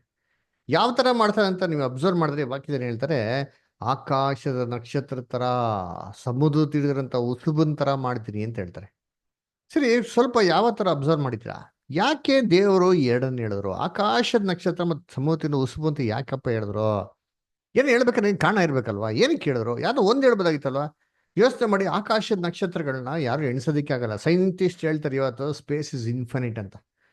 ಅದರ ಕೌಂಟ್ಲೆಸ್ ಆಫ್ ಸ್ಟಾರ್ಸ್ ಅದೇರ್ ಅಂತ ಹೇಳ್ತಾರೆ. ಸಮುದ್ರ ತೀರದಂತ ಉಸುಬು ಮೊಳ್ಳು ಎಣ್ಸೋದಕ್ಕಾಯ್ತದ? ಅದರ ನೋಟ್ ಕೊಂಡ್ಪಣ ಮಿಷಿನ್ ಬಂದೈತೆ, ನಾಣ್ಯಗಳನ್ನ ಎಣ್ಸಂತ ಮಿಷಿನ್ ಬಂದೈತೆ, ಎಲ್ಲಾರ ಹೋಗ್ಬಿಟ್ಟು ಏನ್ರಿ ಮೊಳ್ಳು ಎಣ್ಸೋ ಮಿಷಿನ್ ಬಂದೈತಾ? ಸಾಧ್ಯನೇ ಇಲ್ಲ ರೀ, ಎಣ್ಸೋದಕ್ಕಾಗಲ್ಲ ರೀ. ಯಾವ್ದೋ ಒಂದ್ ಹೇಳ್ಬೋದು. ಯಾಕೆ ಹೇಳಿದ್ರು? ಹೇಳಿದ್ರು ಅಂತಂದ್ರೆ ಏನೋ ಒಂದು ಕಾರಣ ಇರಬೇಕು. ಏನದು ಅಂತಂದ್ರೆ, ಇವೆರಡು ಆಕ್ಚುಲಿ ಎರಡು ವಿಧವಂತ ರಕ್ಷಣೆ ಏನ್ ಮಾಡ್ತಾರೆ, ಸೂಚನೆ ಮಾಡ್ತಾರೆ. ಒಂದು ಪರಲೋಕ ರಕ್ಷಣೆ ಸೂಚನೆ ಮಾಡ್ತಾರೆ, ಇನ್ನೊಂದು ಭೂಲೋಕದ ರಕ್ಷಣೆ. ಹೇಗೆ? ಸಮುದ್ರ ತೀರಂತ ಉಸುಬು ಅಂದ್ರೆ ಮರಳು ಅದೆಲ್ಲಿದೆ? ಭೂಮಿ ಮೇಲೆ ಇದೆ. ಅದು ಭೂಲೋಕ ರಕ್ಷಣೆ ಏನ್ ಮಾಡೋದು? ಸೂಚನೆ ಮಾಡೋದು. ಆಕಾಶದ ನಕ್ಷತ್ರ ಅಂತಂದ್ರೆ ಏನ್ರಿ? ಅದ್ರ ಮೇಲೆ ಇರೋಂಥದ್ದು. ಅದು ಪರಲೋಕದ ರಕ್ಷಣೆ ಏನ್ ಮಾಡ್ತದೆ? ಸೂಚನೆ ಮಾಡ್ತದ್ರಿ. ಅಂದ್ರೆ ಅದರಿಂದ 2 ರಕ್ಷಣೆಗಳಿದೆ ಬೈಬಲ್ ರೀ. ಅದರ ಇದನ್ನ ಬಗ್ಗೆ ನಾವು ಡೀಟೇಲ್ ಆಗಿ ಮುಂದೆ ಬರೋ ದಿನಗಳಲ್ಲಿ ನಾವು ಕ್ಲೀನಾಗಿ ಓದೋಣ. ಅದರ ಸೊ ಅದಕ್ಕೆ ಈ 2 ರಕ್ಷಣೆಗಳನ್ನ ದೇವರು ಏನಕ್ಕೆ ಸೆಲೆಕ್ಷನ್ ಮಾಡ್ತಾ ಇದ್ದಾರೆ? ಮತ್ತೆ ಯಾರಪ್ಪ ಈ 2 ರಕ್ಷಣೆಗೆ ಬರೋಂಥ ಜನಗಳು? ಯಾರೋ ಭೂಲೋಕದಲ್ಲಿರುವಂತ ಮಣ್ಣಿನ ಉಸುಬನ್ ತರ ಬರ್ತಾರೆ, ಯಾರೋ ಆಕಾಶದಲ್ಲಿ ಪರಲೋಕದಲ್ಲಿರುವಂತ ನಕ್ಷತ್ರಗಳ ತರ ಯಾರು ಇರ್ತಾರೆ ಅಂತಂದ್ರೆ ಇವೆರಡು 2 ಡಿಫ್ರೆಂಟ್ ಕ್ಲಾಸಸ್ ಆಫ್ ಪೀಪಲ್. ಅಂದ್ರೆ ಹಾಗಾದ್ರೆ ಯಾರು ಇವರು ಅಂತ ನೋಡೋದಾದ್ರೆ, ಕರ್ತನಲ್ಲಿ ಪ್ರೀತಿ ಅಂತ ಸೊಗಳೆ ಯೇಸು ಕ್ರಿಸ್ತು ಆದಾಮ್ನು ಸೃಷ್ಟಿ ಮಾಡಿದ ತಕ್ಷಣ ಭೂಲೋಕಕ್ಕೆ ಬರಲ್ಲ ರೀ, ಅಥವಾ ಆದಾಮ್ ಪಾಪ ಮಾಡಿದ ತಕ್ಷಣ ಯೇಸು ಕ್ರಿಸ್ತು ಭೂಲೋಕಕ್ಕೆ ಬಂದು ಶಿಲುಬೆ ಮೇಲೆ ಸತ್ತಿಲ್ಲ ರೀ. ಯಾವಾಗಪ್ಪ ಸತ್ರು ಅಂದ್ರೆ ಸುಮಾರು 4000 ವರ್ಷಗಳ ನಂತರ ಯೇಸು ಕ್ರಿಸ್ತು ಬಂದು ಶಿಲುಬೆ ಮೇಲೆ ಪ್ರಾಣ ಕೊಟ್ಟರು. ಅದರ ಹಂಗಾರೆ ಯಾಕೆ ಆ ಟೈಮಲ್ಲಿ ಬಂದ್ರು ಅಂದ್ರೆ, ಗಲಾತ್ಯರ 4:4 ಮುಖಾಂತರ ಓದಂದ್ರೆ, ಒಂದು ಸಮಯದಲ್ಲಿ, ಸರಿಯಾದ ಸಮಯದಲ್ಲಿ ಮಗನ್ನ ಕಳಿಸರು ಅಂತ ಹೇಳ್ತಾರೆ. ಹಂಗೆ ದೇವ್ರ ಒಂದು ಟೈಮ್ ಫಿಕ್ಸ್ ಮಾಡೋರೆ. ಸರಿ, ಇದೆಲ್ಲ ಮುಂದೆ ಬರೋ ದಿನಗಳು ದೇವ್ರ ಚಿತ್ರ ಕ್ಲಾಸಸ್ ಅಲ್ಲಿ ಹೋಗ್ತಾ ನೋಡೋಣ. ಹಂಗಾರೆ ಏನಪ್ಪ ಟೈಮ್ ಅಂತಂದ್ರೆ, ಯೇಸು ಕ್ರಿಸ್ತು ಬರೋದಕ್ಕಿಂತ ಮುಂಚೆ ಸ್ವಲ್ಪ ಜನರಿದ್ರು. ಅದರ ಆಮೇಲೆ ಯೇಸು ಕ್ರಿಸ್ತು ಬಂದಿದ್ದ ನಂತರ ಕೂಡ ಏನಾಗಿದೆ? ಜನಗಳು ಇದ್ದಾರೆ. ಇದರಲ್ಲಿ ಎಲ್ಲ ಈ ನೋಡಿ, ಎರಡು ಗುಂಪಿನ ಜನಾಂಗದಲ್ಲೂ ಕೆಲವು ಜನ ಯೇಸು ಕ್ರಿಸ್ತನ ಏನ್ ಮಾಡಿದ್ದಾರೆ? ಅಂಗೀಕಾರ ಮಾಡಿದ್ದಾರೆ. ಕೆಲವು ಜನ ಅಂಗೀಕಾರ ಮಾಡಿಲ್ಲ ಅಲ್ವ? ಹಂಗಾರೆ ಯೇಸು ಕ್ರಿಸ್ತಕ್ಕಿಂತ ಮುಂಚೆ ಇದ್ದವ್ರಿಗೆಲ್ಲರಿಗೂ ಭೂಲೋಕದ ರಕ್ಷಣೆ, ಅವರೇ ಸಮೃದ್ಧಿರಂತ ಉಸುಬು. ಯೇಸು ಕ್ರಿಸ್ತು ಬಂದಿದ ನಂತರ, ಮೊದಲನೇ ಬರುವಿಕೆ ನಂತರ ಬಂದಿರಂತ, ಅವನ್ನ ನಂಬಿರಂತ ಕ್ರೈಸ್ತವರಿಗೆ, ಅವರಿಗೆ ಪರಲೋಕದ ರಕ್ಷಣೆ, ಅದೇ ಆಕಾಶ ಅಂತ ನಕ್ಷತ್ರಗಳು. ಅದನ್ನ ಕರ್ತನಲ್ಲಿ ಪ್ರೀತಿ ಅಂತ ಸೊಗಳೆ ಏನ್ ಯಾಕೆ ಈ 2 ಒಂದು ಪೀಪಲ್ ಯಾರಿದು ಅಂತ ನೋಡೋದಂತಂದ್ರೆ ಏನ್ರಿ? ಇವಾಗ ನಾನು ನಿಮ್ಗೆ ಏನಾದ್ರು ಒಂದು ಪ್ರಶ್ನೆ ಕೇಳಿದ್ರೆ, ಏನಪ್ಪ ಭೂಲೋಕದಲ್ಲಿ ಆದಾಮ್ನ ಸೃಷ್ಟಿ ಮಾಡಿದಾಗಿಂದ ಇವತ್ತವರೆಗೂ ತುಂಬಾ ಶ್ರೇಷ್ಠವಾಗಿರೋಂಥ ವ್ಯಕ್ತಿ, ತುಂಬಾ greatest person in the Bible ಯಾರು ಅಂತ ಹೇಳಿದ್ರೆ ನೀವೇನ್ ಹೇಳ್ತೀರಾ? ಫಸ್ಟ್ ನಿಮ್ಮ ಮನಸ್ಸಿಗೆ ಬರುತ್ತೆ ಅಬ್ರಾಹಂ ದೊಡ್ಡವ್ರು ಯಾರಿಲ್ಲ ಬದರ್. ಅಬ್ರಾಹಂ ತನ್ನ ಮಗನ್ನೇ ಬಲಿ ಕೊಟ್ಬಿಟ್ರು. ಕೆಲವು ಜನ ಮೋಸಸ್ ಅಂತ ಹೇಳ್ತಾರೆ. ಯಾಕೆ ಮೋಸಸ್ ಏನ್ ಮಾಡಿದ್ರು? ಕೆಂಪು ಸಮುದ್ರ ವಿಭಾಗಿಸ್ಬಿಟ್ರು. ಸ್ಯಾಮ್ಸನ್ ತನ್ನ ಪ್ರಾಣ ಹೋದ್ರು ಸರಿ, ಶತ್ರುಗಳನ್ನ ಏನ್ ಮಾಡಿದಾರೆ? ಅವನ್ನ ನಾಶ ಮಾಡಿದ. ಎಲಿಯಾ ಹಂಗಕ್ಕೆ ಏನೋಗ್ಬಿಟ್ರು, ಆಕಾಶಕ್ಕೆ ಹೋಗ್ಬಿಟ್ರು ಎಲ್ಲರ ಬೆಂಕಿ ರಥಗಳಲ್ಲಿ. ದಾವೀದು ಏನ್ರಿ ಒಂದ್ ಚಿಕ್ಕ ಕಲ್ಲಲ್ಲಿ ಯಾರು ನೋಡೋದು ಬಿಸಾಕೊಂಡ್ರಿ, ಗೋಲಿಯಾತನ. ಅದರ ಹಂಗಾರೆ ಇಷ್ಟೊಂದು ದೊಡ್ಡ ವ್ಯಕ್ತಿಗಳಲ್ಲಿ ಯಾರು ಎಲ್ಲಾರ್ಕಿಂತ ತುಂಬಾ ದೊಡ್ಡವರು? ಅಲ್ವರ ಅದ್ ನೋಡ್ಬೇಕಲ್ಲ ನಾವು. ಸರಿ, ಓದೋಣ ಯಾರು ದೊಡ್ಡವರು ಅಂತ. ನಾವು ಯೇಸು ಕ್ರಿಸ್ತನ್ ಕೇಳ್ಬಿಡನ್ರಿ. ಅದು ನಮಗೂ ನಿಮ್ಗೆ ಯಾಕೆ ಅಲ್ವರ? ಯೇಸು ಕ್ರಿಸ್ತನ್ ಕೇಳಿದ್ರೆ ಯೇಸು ಕ್ರಿಸ್ತು ಕರೆಕ್ಟಾಗಿ ಏನ್ ಮಾಡ್ತಾರೆ? ಸತ್ಯನ ಹೇಳ್ತಾರೆ ಅಲ್ವರ. ಓದಿ ನೋಡೋಣ ಅಂತೀರಿ. ಮತ್ತೆ 11ನೇ ಅಧ್ಯಾಯ 11ನೇ ವಾಕ್ಯ, ಮ್ಯಾಥ್ಯೂ 11:11. ಶೆರ್ಲಿ ಸಿಸ್ಟರ್ ಓದ್ಬೋದಾ? ಶೆರ್ಲಿ ಸಿಸ್ಟರ್ ಓದಿ.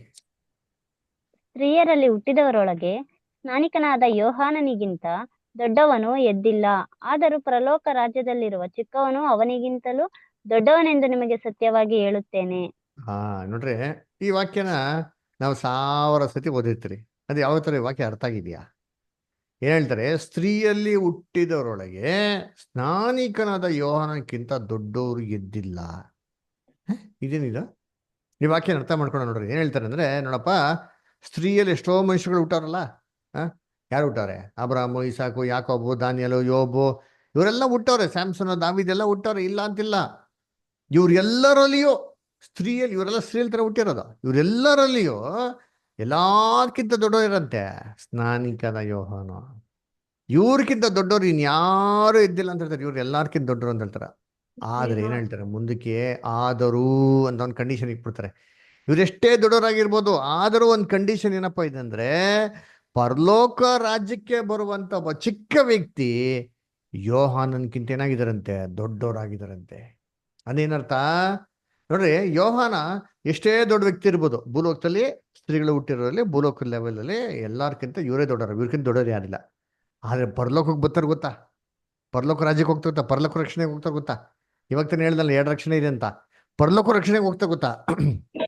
ಆ ಪರಲೋಕ ರಕ್ಷಣೆಗೆ ಹೋಗಂತ ಒಂದು ಗುಂಪಲ್ಲಿ ತುಂಬಾ ಕನಿಷ್ಠವಾದಂತ ಒಂದು ವ್ಯಕ್ತಿ, ತುಂಬಾ ಚಿಕ್ಕದಾಗಿರಂತ ವ್ಯಕ್ತಿ, ಅವ್ರು ಹೇಗಪ್ಪ ಇದಾರೆ ಅಂತಂದ್ರೆ ಯೋಹಾನನ್ಕಿಂತ ದೊಡ್ಡವ್ರು ಅಂತೀರಿ.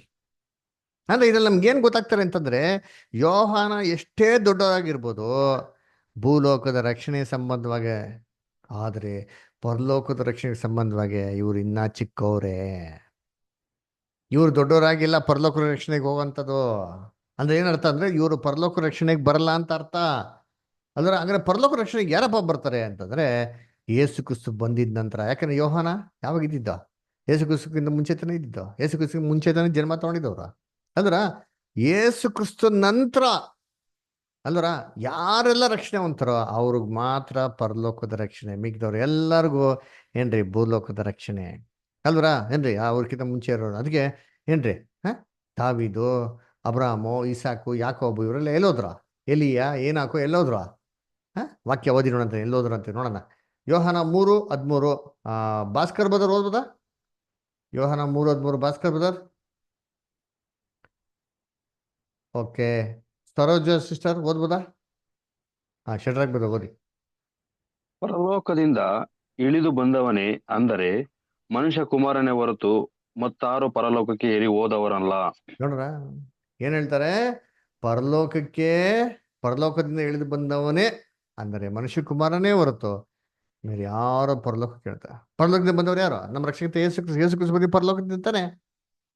ಇವರೊಬ್ಬರೇ ಪರಲೋಕದಿಂದ ಬಂದಿರೋದು ಅಂತ ಬೈಬಲ್ ಹೇಳ್ತಾರೆ. ಮತ್ತೇನ್ ಹೇಳ್ತಾರೆ? ಇಲ್ಲಿಂದ ಪರಲೋಕಕ್ಕೆ ಯಾರೋ ಹೋಗಿದಾರ ಅಂತಂದ್ರೆ ಏನ್ ಹೇಳ್ತಾರೆ? ಏನ್ರಿ ಮತ್ಯಾರೋ ಪರಲೋಕಕ್ಕೆ ಏರಿ ಹೋಗಿಲ್ಲ. ಯೇಸು ಕ್ರಿಸ್ತನೇ ಹೊರತು.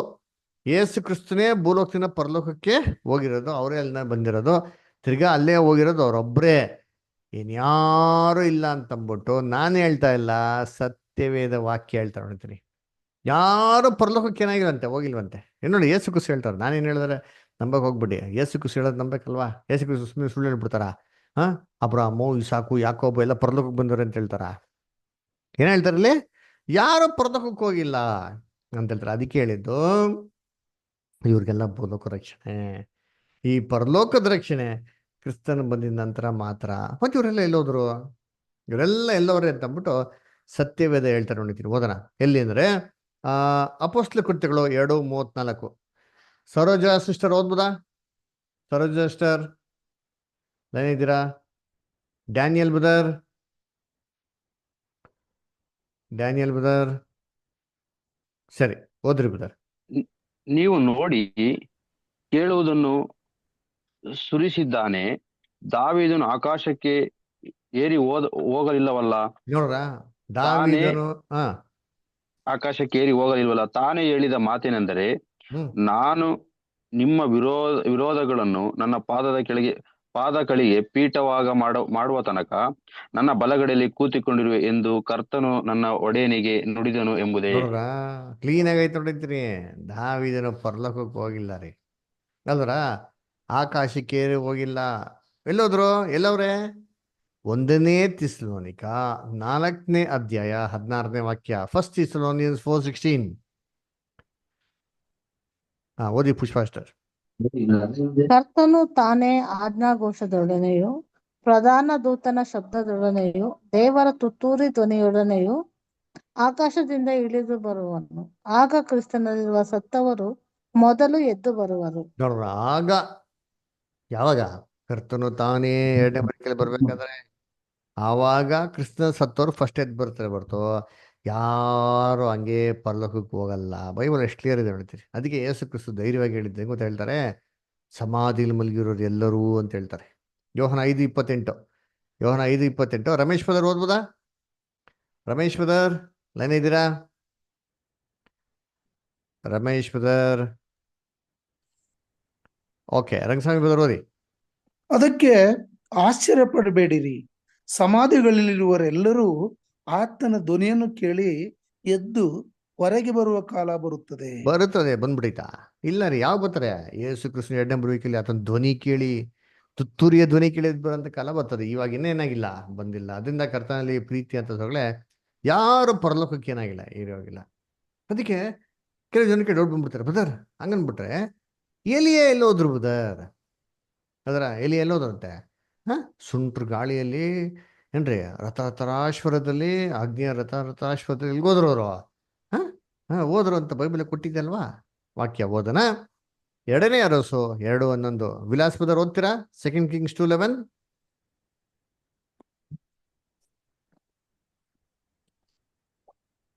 2 Kings 2:11.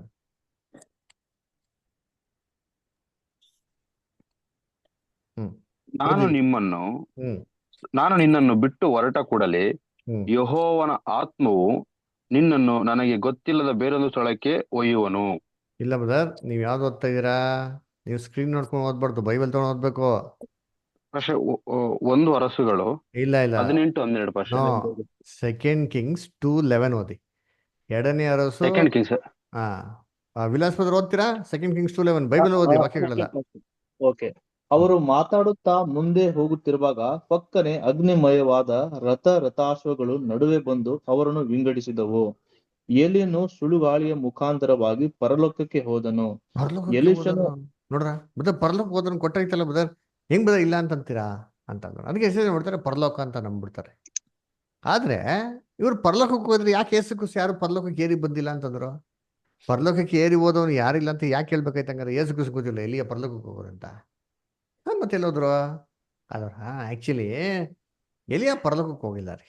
ಅದರ ಆಕ್ಚುಲಿ ಇವ್ರನ್ನ ದೇವರ ಆತ್ಮ ಅವಾಗ ಏನ್ ಮಾಡ್ತಿತ್ತ, ಒಂದು ಸ್ಥಳದಿಂದ ಇನ್ನೊಂದು ಸ್ಥಳಕ್ಕೆ ಈ ಥರ ಒಯ್ಕೊಂಡು ಟ್ರಾನ್ಸ್ಫರ್ ಮಾಡ್ತಾ ಇದ್ರು.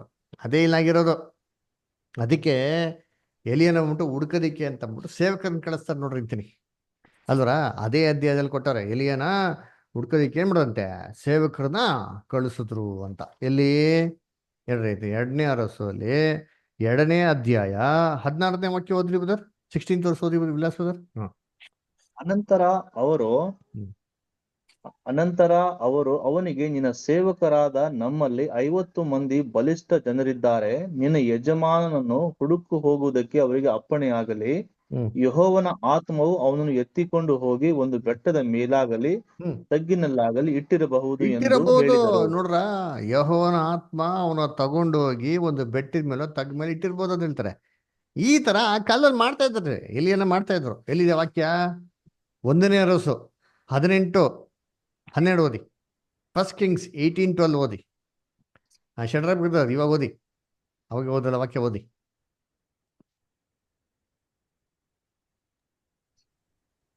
ನಾನು ನಿನ್ನನ್ನು ಬಿಟ್ಟು ಹೊರಟ ಕೂಡಲೇ ಯೆಹೋವನ ಆತ್ಮವು ನಿನ್ನನ್ನು ನನಗೆ ಗೊತ್ತಿಲ್ಲದ ಬೇರೊಂದು ಸ್ಥಳಕ್ಕೆ ಒಯ್ಯುವುದು. ನಾನು ಹೋಗಿ ಅಬ್ರಾಮನಿಗೆ ಹೇಳುವಲ್ಲಿ ನೀನು ಅವನಿಗೆ ಸಿಕ್ಕದೆ ಹೋದರೆ ಅವನು ನಿನ್ನನ್ನು ಕೊಂದು ಹಾಕುವನು. ನಾನು ಬಾಲಾರಭ್ಯ ಯೆಹೋವನಲ್ಲಿ ಭಯಭಕ್ತಿ ಉಳ್ಳವನಲ್ಲವೇ?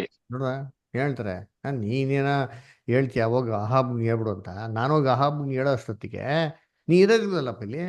ಯೆಹೋವನ ಆತ್ಮ ಬಂದು ನೀನು ಇಲ್ಲ ಅಂದ್ರೆ ತೊಗೊಂಡೋಗ್ಬಿಡ್ತಾರೆ, ತಗ್ಗಿನ ಮೇಲೆ ಬೆಟ್ಟ ಮೇಲೆ ಇಟ್ಬಿಡ್ತಾರೆ.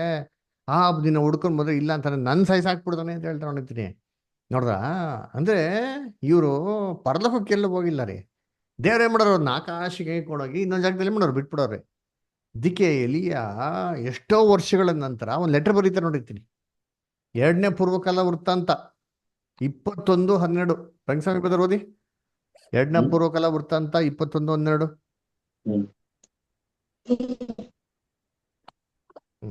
ಓದಿ ಪುಷ್ಪಲತಾ ಅಷ್ಟ ಓದಿ. ಹೀಗಿರಲು ಪ್ರವಾದಿಯಾದ ಎಲಿಯನು ಕಾಗದದ ಮೂಲಕವಾಗಿ ಅವನಿಗೆ, ನಿನ್ನ ಪೂರ್ವಿಕನಾದ ದಾವೀದನ ದೇವರಾಗಿರುವ ಯೆಹೋವನ ಮಾತನ್ನು ಕೇಳು. ನೀನು ನಿನ್ನ ತಂದೆಯಾದ ಯೆಹೋಷಾಫಾಟನ ಮಾರ್ಗದಲ್ಲಿಯೂ ಯೆಹೂದ್ಯರ ಅರಸನಾದ ಆಸನ ಮಾರ್ಗದಲ್ಲಿಯೂ ಸಾಕು ನಡೆಯಲಿಲ್ಲ. ನೋಡ್ರ, ಕಾಗದ ಮೂಲಕ ಏನ್ ಹೇಳ್ತಾ ನೋಡಿ. ಲೆಟರ್ ಬರೋದ ಎಲಿಯ ಪರಲೋಕ ಲೆಟರ್ ಬರೋದ ಡೆಲಿವರಿ ಮಾಡಿದಾರ ನೋಡ್ರ. ಸರಿ, ಅದಕ್ಕೆ ಎಲ್ಲ ಪರಲೋಕ ಅಂತ ತಿಳ್ಕೊಂಡ್ಬಿಡ್ತಾರೆ. ಸರಿ, ಮತ್ತೆ ಕನ್ನಡದಲ್ಲಿ ಏನಕ್ಕೆ ಬೈಬಲ್ ಪರಲೋಕ ಅಂತ ಹಾಕೋರೆ ಅದರ? ಸರಿ, ಇಲ್ಲಿ ಯಾರು ತೆಲುಗು ಓದೋರು ಇದ್ದೀರಾ? ತೆಲುಗು ಬೈಬಲ್ ಓದೋರು ಯಾರು ಇದ್ದೀರಾ? ಹಿಂಗೆ ಇಲ್ಲಿ ಯಾರು ಸೋದರಿಗಳು ತೆಲುಗು ಓದ್ತೀರಾ? ಯಾರಿಗ ಗೊತ್ತಾ? ಯಾರಿಗೂ ಗೊತ್ತಿಲ್ವಾ? ಸರಿ, ತೆಲುಗು ಬೈಬಲ್ ಇದ್ರೆ ದಯವಿಟ್ಟು ಓದಿ. ತೆಲುಗು ಬೈಬಲ್ ಏನಪ್ಪ ಕೊಟ್ಟಿದ್ದಾರೆ ಅಂತಂದ್ರೆ, ಎಲಿಯ ಆಕಾಶಮುಖ ಬೆಳ್ಳಿನಾರು ಅಂತ ಕೊಟ್ಟಿದೆ. ಎಲ್ಲಿಗೋದ್ರು ಆಕಾಶಕ್ಕೆ ಅಂತ. ಇನ್ನೊಂದು ಕನ್ನಡ KJV ಬೈಬಲ್ ಯಾರ ಹತ್ರ ಇದ್ರೆ ಅದಲ್ಲೂ ಓದಿ, ಅದಲ್ಲೂ ಕೂಡ ಕೊಟ್ಟಿದೆ. ಯಾರ ಹತ್ರ ಇದೆಯಾ ಕನ್ನಡ KJV ಬೈಬಲ್? ಯಾರ ಹತ್ರ ಕನ್ನಡ KJV ಬೈಬಲ್? ಸರಿ, ಇಲ್ಲ ಅಂದ್ರೆ ನಾನು ಸ್ಕ್ರೀನಲ್ಲಿ ಹಾಕಿದ್ದೀನಿ ನೋಡಿ, ಅದು ಕನ್ನಡ KJV ಬೈಬಲ್ದೆ. ಯಾರು ದಯವಿಟ್ಟು ಓದ್ರಿ. 2ನೇ ಅರಸು 2:11 ಸ್ಕ್ರೀನಲ್ಲಿ ಇರೋ ಪ್ರಕಾರ ಓದಿ. ಶಟ್ರಾಕ್ ಬಂದವ್ರು ಓದಿ. 2 ಅರಸು 2:11 ಹಾ. ಅವರು ನಡೆದ ಒಂದು ಅದೆಲ್ಲ ಪಶೆ ಕರೆಕ್ಟ್. ಅವರು ನಡೆದ ಒಂದು ಮಾತನಾಡಿಕೊಂಡಿರುವಾಗ ಅಂದದ್ದೇನೆಂದರೆ, ಇಗೋ, ಬೆಂಕಿ ರಥೆಯು ಬೆಂಕಿಯ ಕುದುರೆಗಳು ಅವರಿಬ್ಬರನ್ನು ವಿಂಗಡಿಸಿದವು. ಎಲಿಯನು ಬಿರುಗಾಳಿಯಲ್ಲಿ ಆಕಾಶಕ್ಕೆ ಏರಿ ಹೋದನು. ಡ್ರಾಯಿಂಗ್ ಕೊಟ್ಟಾರಂತೆ ಆಕಾಶ ಅಲ್ವರ. ಅದಕ್ಕೆ ನಾವು ಬೇರೆ ಬೈಬಲ್ ಇಟ್ಕೊಂಡು ಕಂಪೇರ್ ಮಾಡ್ಕೊಂಡು ಓದಿದ್ರೆ ನಮ್ಗೆ ಕ್ಲೀನಾಗಿ ಗೊತ್ತಿರುತ್ತೆ. ವಾಕ್ಯದಿಂದ ಓದ್ಬೇಕ್ರಿ. ಹೆಂಗೆ ಓದೋ ಬೈಬಲ್ ಫಸ್ಟ್ ಕ್ಲಾಸ್ ಓದಲ್ಲ, ಇಲ್ಲಿ ಸ್ವಲ್ಪ ಅಲ್ಲಿ ಸ್ವಲ್ಪ ಯೆಹೋವನ ಶಾಸ್ತ್ರ ಹುಡುಕಿ ಮಾಡ್ರಿ ಓದ್ರಿ. ಅದರ ಕರ್ತನಲ್ಲಿ ಪ್ರೀತಿ ಅಂತ ಸೋದರಗಳೇ, ಅದಕ್ಕೆ ನೋಡ್ಬೇಕಾರೆ ಯಾರು ಪರಲೋಕಕ್ಕೆ ಹೋಗಿಲ್ಲ ರೀ. ದಾವೀದ, ಅಬ್ರಾಮ್, ಇಸಾಕೆಲ್ಲ ಯಾರು ಪರಲೋಕಕ್ಕೆ ಹೋಗಿಲ್ಲ. ಅವರು ದೇವ್ರಿಗೆ ನಂಬಿಕಸ್ಥರಾಗಿದ್ರು. ದೇವ್ರ ಮಾರ್ಗದ ಏನ್ ಮಾಡೋದು ನಂಬಿಟ್ಟು ಅಂದ್ರೆ ನಂಬಿಕೆಯಾಗೆ ನಡೆದ್ರು. ಮರಣದವರೆಗೂ ದೇವ್ರಿಗೆ ನಂಬಿಕಸ್ಥರಾಗಿದ್ರು. ಅದರ ಮತ್ತೆ ಅವ್ರಿಗೆ ಏನು ಪ್ರೈಸು? ಮತ್ತೆ ಪರಲೋಕಕ್ಕೆ ಹೋಗಿಲ್ಲ ಅಂದ್ರೆ ಏನಪ್ಪ ರಿವಾರ್ಡ್ ಅವ್ರಿಗೆ ಅಲ್ವರ? ಏನು ರಿವಾರ್ಡ್ ಅಂತ ತಿಳ್ಕೊಬೇಕಲ್ವಾ? ಅದರ ಏನಪ್ಪ ರಿವಾರ್ಡು ಅಂತಂದ್ರೆ ಕರ್ತನಲ್ಲಿ ಪ್ರೀತಿ ಅಂದ್ಮೇಲೆ ಇವರೆಲ್ಲ ಭೂಲೋಕದ ರಕ್ಷಣೆಯಲ್ಲೇ ಇರ್ತಾರೆ. ಹೋದ ನೋಡಿದ್ದೇನೆ ಹಿಬ್ರಿಯರು 11ನೇ ಅಧ್ಯಾಯ 39 ಮತ್ತು 40 ಹೋದ್ರಿ. ಪುಷ್ಪಲತಾ ಅಷ್ಟೇ ಓದ್ಬೋದಾ? ಇಲ್ಲ ಶರ್ಲಿ ಸಿಸ್ಟರ್? ನಾವಾದರೂ ಹ್ಮ್ ನಾವಾದರೂ ಹಿಂದೆಗೆದವರಾಗಿ ಇಲ್ಲ Hebrews 11 ಚಾಪ್ಟರ್ ಬ್ರದರ್, 39 ಮತ್ತೆ 40 ಬ್ರದರ್. ಓಕೆ, ಅದನ್ನೇ ಇವರೆಲ್ಲರೂ ನಂಬಿಕೆಯ ಮೂಲಕ ಒಳ್ಳೆಯ ಹೆಸರನ್ನು ಸಂಪಾದಿಸಿಕೊಂಡಿದ್ದರೂ ವಾಗ್ದಾನದ ಫಲವನ್ನು ಹೊಂದಲಿಲ್ಲ. ನೋಡ್ರ ದೇವರು ನಮಗೋಸ್ಕರ ಶ್ರೇಷ್ಠವಾದ ಭಾಗ್ಯವನ್ನು ಏರ್ಪಡಿಸಿ ನಾವಿಲ್ಲದೆ ಅವರ ಸಿದ್ಧಿ ಬರಬಾರದೆಂದು ಸಂಕಲ್ಪಿಸಿದನು. ನೋಡ್ರ ಇವರೆಲ್ಲರೂ ಒಂದು ಯಾರು? ಇಬ್ರಿಯರ್ 11ನೇ ಅಧ್ಯಾಯ ಬರೀ ಹೇಳದೆ ಹಳೆ ಓಡೋಕ್ಕಿಂತ ವಿಶ್ವಾಸ ವೀರರ ಬಗ್ಗೆ. ಇವರೆಲ್ಲರೂ ನಂಬಿಕೆ ಮೂಲಕ ಒಳ್ಳೆ ಹೆಸರು ಸಂಪಾದನೆ ಮಾಡಿದ್ರು. ವಾಗ್ದಾನದ ಫಲ ಹೊಂದ್ಲಿಲ್ವಂತೆ. ಪ್ರೈಸ್ ಏನು ಮಾಡಿಲ್ಲ ದೇವ್ರು, ಇನ್ನೂ ಅವ್ರು ಕೊಡ್ಲಿಲ್ಲಂತೆ. ಯಾವಾಗ ಕೊಡ್ತಾರೆ ಪ್ರೈಸ್ ಇವ್ರಿಗೆ? ಏನ್ರಿ ಅಲ್ಲಿ ಹೇಳ್ತಾರೆ, ದೇವರು ನಮಗೋಸ್ಕರ ಯಾರೇ ಸಭೆ ನಮಗೆ ಅವ್ರಕ್ಕಿಂತ ವಿಶ್ವಾಸ ವೀರರಿಗಿಂತ ಶ್ರೇಷ್ಠವಂತ ಭಾಗ್ಯ ಇಟ್ಟು ಅಂತ. ಏನದು ಶ್ರೇಷ್ಠವಾದ ಭಾಗ್ಯ? ಅವ್ರಿಗೆ ಭೂಲೋಕದ ರಕ್ಷಣೆ, ನಮಗೆ ಪರಲೋಕದ ರಕ್ಷಣೆ ಏರ್ಪಡಿಸಿದಾರಂತೆ ಅಲ್ವರ. ಪರಲೋಕ ರಕ್ಷಣೆಗೆ ಸಭೆ ಬಂದಿದ ಮೇಲೇನೆ ಏನ್ರಿ ಈ ಒಂದು ಭೂಲೋಕ ರಕ್ಷಣೆಗೆ ಬರುವಂತ ಎಲ್ಲ ಪಿತೃಗಳಿಗೆ, ವಿಶ್ವಾಸ ವೀರರುಗಳಿಗೆ ಪುರಸ್ಕಾರ ಕೊಡಬೇಕು ಅಂತ ದೇವ್ರು ಡಿಸೈಡ್ ಮಾಡವ್ರೆ. ಏನದು ಪುರಸ್ಕಾರ? ಅದರಲ್ಲೇ 35ನೇ ವಾಕ್ಯ ರಂಗಸ್ವಾಮಿ ಬದಲು ಓದಿ. ಅದರಲ್ಲೇ 35ನೇ ವಾಕ್ಯ ಓದಿ. ಸ್ತ್ರೀಯರು ಸತ್ತು ಹೋಗಿದ್ದ ತಮ್ಮವರನ್ನು ಪುನರುತ್ಥಾನದಿಂದ ತಿರುಗಿ ಹೊಂದಿದರು. ಕೆಲವರು ತಾವು ಯಾತನೆ ಯಂತ್ರಕ್ಕೆ ಕಟ್ಟಲ್ಪಟ್ಟಾಗ ಶ್ರೇಷ್ಠ ಪುನರುತ್ಥಾನವನ್ನು ಹೊಂದುವುದಕ್ಕೋಸ್ಕರ ಬಿಡುಗಡೆ ಬೇಡವೆಂದು ಹೇಳಿ ಮುರಿಸಿಕೊಂಡು ಸತ್ತರು. ನೋಡ್ರ ಏನಂತೆ ಪುರಸ್ಕಾರ? ಶ್ರೇಷ್ಠ ಪುನರುತ್ಥಾನವನ್ನು ಹೊಂದುವುದಕ್ಕೋಸ್ಕರ. ಹಾಗಾದ್ರೆ ದೇವರು ಅವ್ರಿಗೆ ಕೊಡ್ತೀನಿ ಅಂತ ಹೇಳಂತ ಪ್ರೈಸು ಶ್ರೇಷ್ಠ ಪುನರುತ್ಥಾನ. ಸಾಮಾನ್ಯ ಪುನರುತ್ಥಾನ ಅಲ್ಲ ರೀ, ಶ್ರೇಷ್ಠ ಪುನರುತ್ಥಾನ. ಎಲ್ಲಾ ಪುನರುತ್ಥಾನಗಳೇ ಶ್ರೇಷ್ಠವಾಗಿರೋದು. ಇದಕ್ಕಿಂತ ಉನ್ನತವಾದೊಂದು ಐತೆ ಅಂತೀವಿ, ಅದು ಪರಲೋಕದ ರಕ್ಷಣೆದು. ಈ ಪುನರುತ್ಥಾನ ಹೊಂದೋದಕ್ಕೋಸ್ಕರ ಅವ್ರು ಏನ್ ಮಾಡಂತೆ, ಎಲ್ಲಾ ದೇವರಿಗೆ ನಂಬಿಕಸ್ಥರಾಗಿದ್ರಂತೆ. ಆದ್ರೆ ಅದಕ್ಕೆ ಕರ್ತನಲ್ಲಿ ಪ್ರೀತಿ ಅಂತ ಸ್ವರಗಳೇ, ಪರಲೋಕ ರಕ್ಷಣೆಗೆ ಹೋಗ್ಬೇಕಾದ್ರೆ ಒಂದು ಕಂಡೀಷನ್ಸ್ ಇದೆ ರೀ. ಎಲ್ಲರೂ ಹಂಗೆ ಹೋಗೋದಕ್ಕೆ ಸಾಧ್ಯ ಇಲ್ಲ. ಏನದು ಕಂಡೀಷನ್ ಅಂದ್ರೆ, ಯೇಸು ಕ್ರಿಸ್ತು ಹೇಳ್ತಾರೆ, ಯಾರಾದ್ರೂ ಶಿಷ್ಯನಾಗೋದಕ್ಕೆ ಆಸೆ ಪಟ್ರೆ ಏನ್ ಮಾಡ್ಬೇಕು ಅಂತ ಹೇಳ್ತಾರೆ? ಫಸ್ಟ್ ತನ್ನನ್ನು ತಾನೇ ನಿರಾಕರಿಸಿ ಶಿಲ್ಬೆ ಎತ್ಕೊಂಡು ಮಾಡಕ್ಕೆ ನಾನು ಹಿಂದೆ ಬರಬೇಕು ಅಂತ ಹೇಳ್ತಾರೆ. ನೋಡಿ ಓದೋಣ. Shirley sister ಓದ್ಬೋದಾ? ಲೂಕ 14ನೇ ಅಧ್ಯಾಯ 26 ಮತ್ತು 27. ಶರ್ಲಿ ಸಿಸ್ಟರ್ ಓದಿ.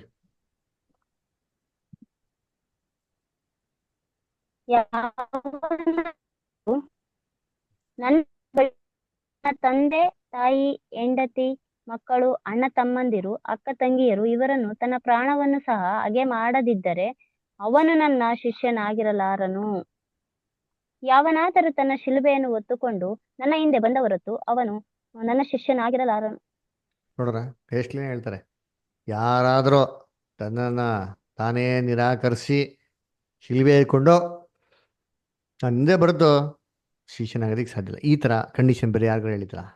ಹಳೆ ಕಾಲದಲ್ಲಿ ದಾವೀದನಿಗೆ, ಅಬ್ರಾಮ್, ಇಸಾಕ್, ಯಾಕೋಬಕ್ಕೆ ಯಾರು ಹೇಳಿದ್ರ? ಇಲ್ಲ ರೀ. ಯಾರು ಹೇಳಿರ್ದ? ನಮಗೆ ಕ್ರಿಸ್ತನ ಮೊದಲನೇ ಬರುವಿಕೆ ನಂತರ ನಮಗೆ ಮಾತ್ರ ಇದು ಅಪ್ಲೈ ಆಗೋದು.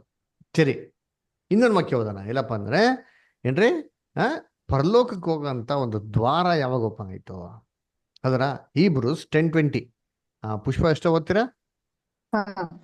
ಹೀಗಿರುವಲ್ಲಿ ಸಹೋದರರೇ, ಯೇಸು ನಮಗೋಸ್ಕರ ಪ್ರತಿಷ್ಠಿಸಿದ ಜೀವವುಳ್ಳ ಹೊಸ ದಾರಿಯಲ್ಲಿ ಆತನ ರಕ್ತದ ಮೂಲಕ ಆತನ ಶರೀರವೆಂಬ ತೆರೆಯ ಮುಖಾಂತರ ದೇವರ ಸಮಕ್ಷಮದಲ್ಲಿ ಪ್ರವೇಶಿಸುವುದಕ್ಕೆ ನಮಗೆ ಧೈರ್ಯ ಉಂಟಾಯಿತು. ನೋಡ್ರ ಎಷ್ಟು ಕ್ಲಿಯರ್ ಆಗಿದೆ. ದೇವರ ಸಮಕ್ಷಮದಲ್ಲಿ ಪ್ರವೇಶಿಸೋದಿಕ್ಕೆ ನಮಗೆ ಧೈರ್ಯ ಉಂಟಾಯ್ತು. ಯಾವಾಗ? ಹೇಗೆ?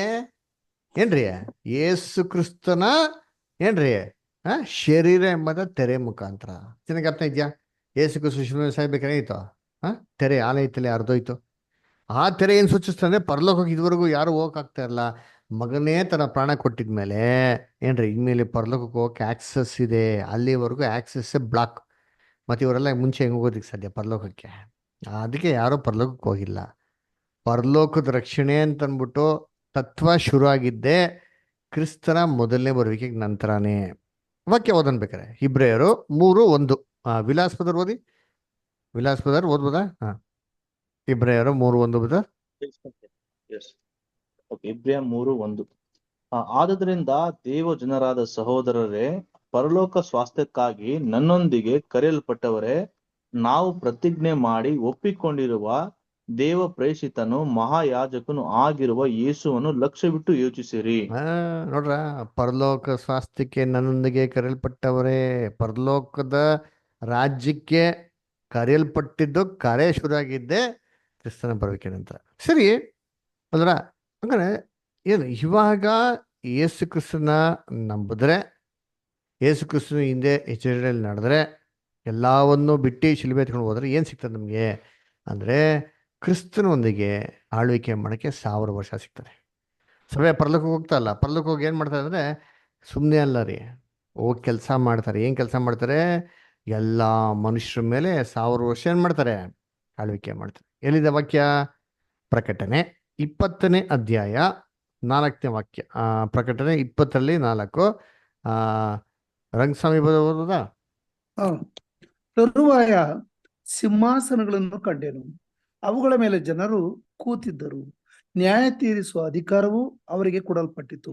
ಇದಲ್ಲದೆ ಯೇಸುವಿನ ವಿಷಯವಾದ ಸಾಕ್ಷ್ಯ ನಿಮಿತ್ತವಾಗಿಯೂ ದೇವರ ವಾಕ್ಯದ ನಿಮಿತ್ತವಾಗಿಯೂ ತಲೆ ಹೊಯಿಸಿಕೊಂಡವರ ಆತ್ಮಗಳನ್ನು ಮೃಗಕ್ಕೂ ಅದರ ವಿಗ್ರಹಕ್ಕೂ ನಮಸ್ಕರಿಸದೆ ತಮ್ಮ ಹಣೆಯ ಮೇಲೆ ಮತ್ತು ಕೈ ಮೇಲೆ ಗುರುತು ಹಾಕಿಸಿಕೊಳ್ಳದೆ ಇರುವವರನ್ನು ಕಂಡೆನು.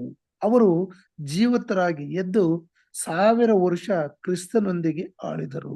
ನೋಡ್ರ, 1000 ವರ್ಷ ಕ್ರಿಸ್ತನೊಂದಿಗೆ ಆಳ್ವಿಕೆ ಮಾಡಿದ್ರೆ ಇದೇ ಸಭೆಗೆ ಕೊಡುವಂಥ ಪರಲೋಕದ ರಕ್ಷಣೆ. ಆದ್ರೆ ಅದಕ್ಕೆ ಕ್ರಿಸ್ತನ 2ನೇ ಬರುವಿಕೆಯಲ್ಲಿ ಈ ಸಭೆ ಕ್ರಿಸ್ತನೊಂದಿಗಿದ್ದು ಪರಲೋಕದಿಂದ ಏನು ಮಾಡ್ತಾರೆ? ಕ್ರಿಸ್ತನೊಂದಿಗೆ 1000 ವರ್ಷ ಏನು ಮಾಡ್ತಾರೆ? ಆಳ್ವಿಕೆ ಮಾಡ್ತಾರೆ. ಸರಿ, ಭೂಲೋಕದಲ್ಲಿ ಯಾರಿರ್ತಾರೆ ನೋಡ? ಏನ್ರಿ? ಪರಲೋಕದಿಂದ ಯೇಸು ಕ್ರಿಸ್ತನೊಡನೆ ಸಭೆ ಏನು ಮಾಡ್ತಾರೆ? ಆಳ್ವಿಕೆ ಮಾಡ್ತಾರೆ. ಇದೇ 2ನೇ ಆಕಾಶ. ಸರಿ, ಇದು 3ನೇ ಆಕಾಶ. ಓಕೆನ್ರಾ? ಇದು ಕ್ರಿಸ್ತನ ರಾಜ್ಯದಲ್ಲಿ ಬರುವಂಥ 3ನೇ ಲೋಕದಲ್ಲಿ ಬರುವಂಥ 3ನೇ ಆಕಾಶ. ಸರಿ, 3ನೇ ಲೋಕದಲ್ಲಿ ಇರುವಂಥ ಭೂಮಿ ಯಾರು? ಭೂಮಿಲಿ ಯಾರು ನಡೆಸ್ಬೇಕಲ್ಲ? ಅಡ್ಮಿನಿಸ್ಟ್ರೇಷನ್ ನಡೆಸ್ಬೇಕಲ್ಲ? ಅವು ಯಾರು ಅಂತಂದ್ರೆ ಅವರೇ ಹಳೆ ಒಡಂಬಡಿಕೆಗಿಂತ ಪಿತೃಗಳು. ಅಬ್ರಾಹ್ಮ, ಇಸಾಕು, ಯಾಕೋಬೆಲ್ಲ ನೋಡ್ತಿರಲ್ಲ, ಇವರೆಲ್ಲ ಏನಾಗಿದೆ? ದೇವರಿಗೆ ನಂಬಿಕೆಸಾಗಿ ಮಾಡೋವಂತಾರಲ್ಲ, ಇವರೆಲ್ಲ ಇದೇ ಭೂಮಿಗೆ ಎದ್ದು ಬರ್ತಾರೆ. ಭೂಮಿಯಲ್ಲಿ ರಾಜ್ಯ ಆಡಳಿತ ಮಾಡ್ತಾರೆ. ಇವರು ಯಾವ ಥರ ಆಡಳಿತ ಮಾಡ್ತಾರೆ ಅಂತಂದ್ರೆ ಇದಕ್ಕೆ ನಾವು ಅರ್ಥ ಮಾಡ್ಕೊಬೇಕು. ನೀವು ಮಾಡಬೇಕು, 2ನೇ ಲೋಕದಲ್ಲಿ ಅಂತ ಭೂಮಿಯನ್ನು ಏನಪ್ಪ, ಆಕಾಶನ ಏನಂತ ಅರ್ಥ ಮಾಡ್ಬೇಕು. 2ನೇ ಲೋಕದಲ್ಲಿ ಆಕಾಶದಲ್ಲಿ ಯಾರು ಆಳ್ವಿಕೆ ಮಾಡ್ತಾ ಇದ್ದಾರೆ? ಯಾರಪ್ಪ ಅಂದ್ರೆ ಸೇತಾನು ಮತ್ತೆ ಬಿದ್ದೋಗಿರೋ ದೂತರುಗಳು ಆಳ್ವಿಕೆ ಮಾಡ್ತಾ ಇದ್ದಾರೆ. ವಾಕ್ಯ ಓದೋ ನೋಡಿದ್ದೀನಿ ಇಲ್ಲಿ ಎಫೆಸ ಬರೆದ ಪತ್ರಿಕೆ 2ನೇ ಅಧ್ಯಾಯ 2ನೇ ವಾಕ್ಯ. ಶರ್ಲಿ ಸಿಸ್ಟರ್ ಓದ್ಬೋದಾ? ಓದ್ತೀನಿ ಪ್ರಶ್ನೆ.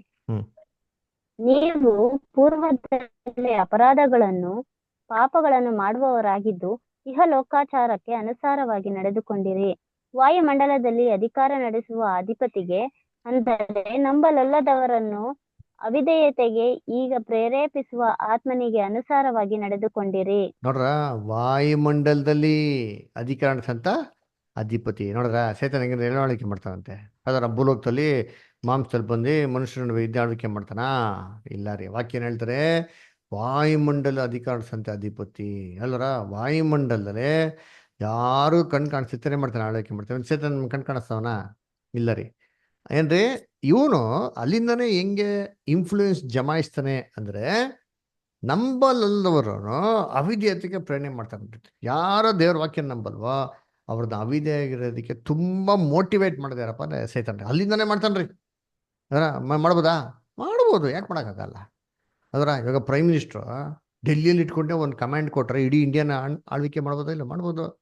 ಸೈತಾನ ಅದರ ವಾಯುಮಂಡಲ ಇಟ್ಕೊಂಡು ಅಲ್ಲಿಂದಾನೇ ಭೂಲೋಕ್ತಾನೆ ಮಾಡ್ತಾನೆ, ಆಳ್ವಿಕೆ ಮಾಡ್ತಾನೆ. ಯಾಕೆ? ಮಾಂಸದಲ್ಲಿ ಬರೋದಿಕ್ಕೆ, ತಿರ್ಗಾ ಆತ್ಮಿಕ ಶರೀರಕ್ಕೆ ಹೋಗೋದಕ್ಕೆ ಆ ವರ ಇತ್ತು. ದೇವ್ರೇ ಮಾಡೋದನ್ನ ಕಟ್ ಆಫ್ ಮಾಡ್ಬಿಟ್ರು.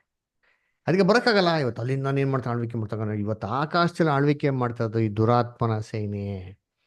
ಅದರ ಸರಿ, ಭೂಲೋಕದಲ್ಲಿ ಯಾರಿದ್ದಾರೆ ಬ್ರದರ್ ಅಂತ ನೋಡಿದ್ರೆ, ಭೂಲೋಕದಲ್ಲಿ ಮೊದಲನೇ ಲೋಕದಲ್ಲಿ ರಾಕ್ಷಸರಿದ್ರು. ಈ ಕಾಲದಲ್ಲಿ ರಾಕ್ಷಸರು ಮನುಷ್ಯರನ್ನೇ ರಾಕ್ಷಸ ಥರ ಆಡ್ತಾರೆ.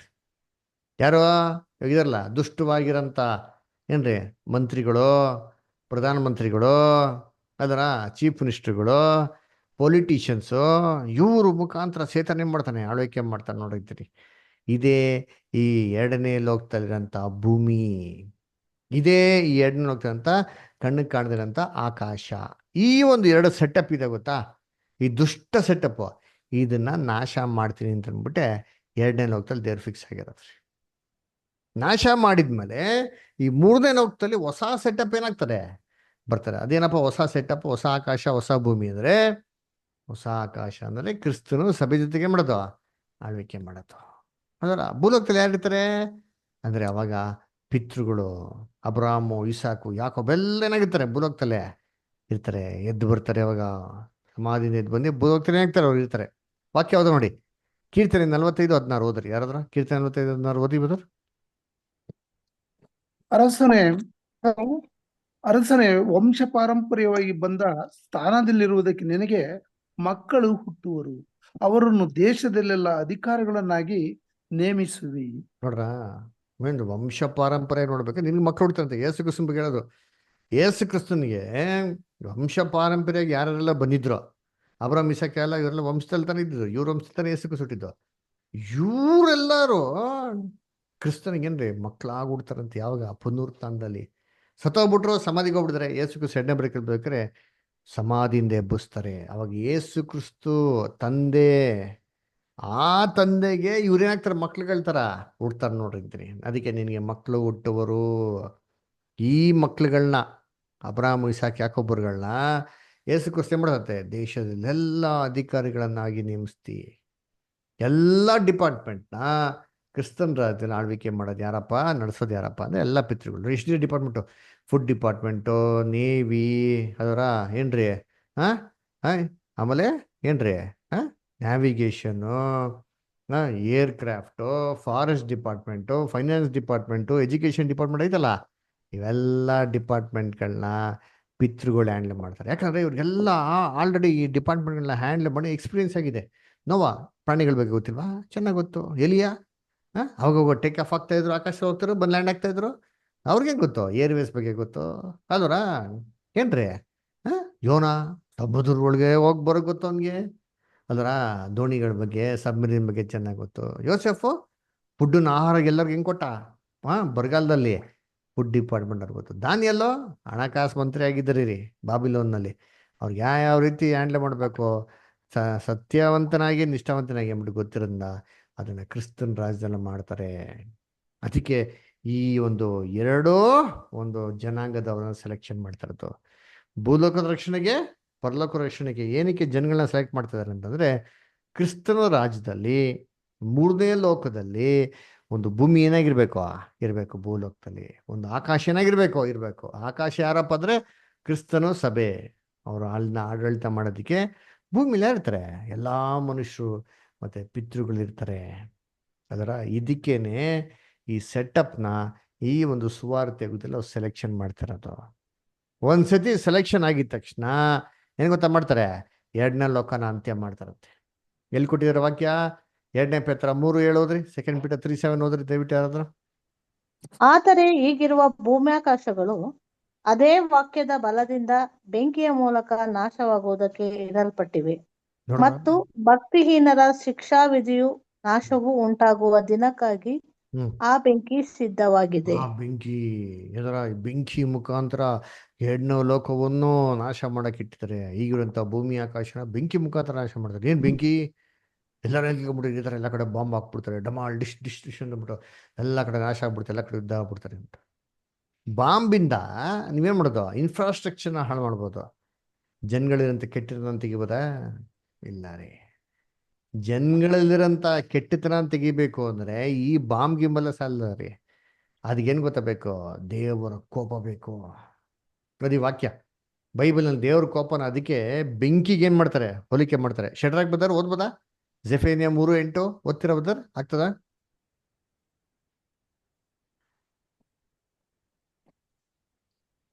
ಓಕೆ. ವಿಲಾಸ್ ಬದರ್ ಓದ್ಬೋದಾ? ಜೆಫೇನಿಯಾ 3:8.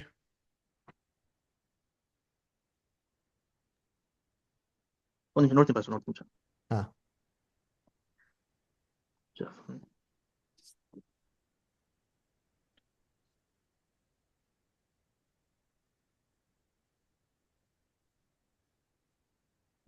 ಬೇರೆ ಕುಡಿ ಪಾಸ್ಟರ್, ಬೇರೆ ಕುಡಿ ಒಂದು ನಿಮಿಷ. ಸರಿ, ರಂಗಸ್ವಾಮಿ ಬದರ್ ಓದ್ಬೋದಾ? ಏನು ತೆಗ್ದಿಲ್ಲ. ಸರಿ, ಯಾರು ತೆಗ್ದಾರು ಓದ್ಬೋದು. ಜೆಫೇನಿಯಾ 3:8.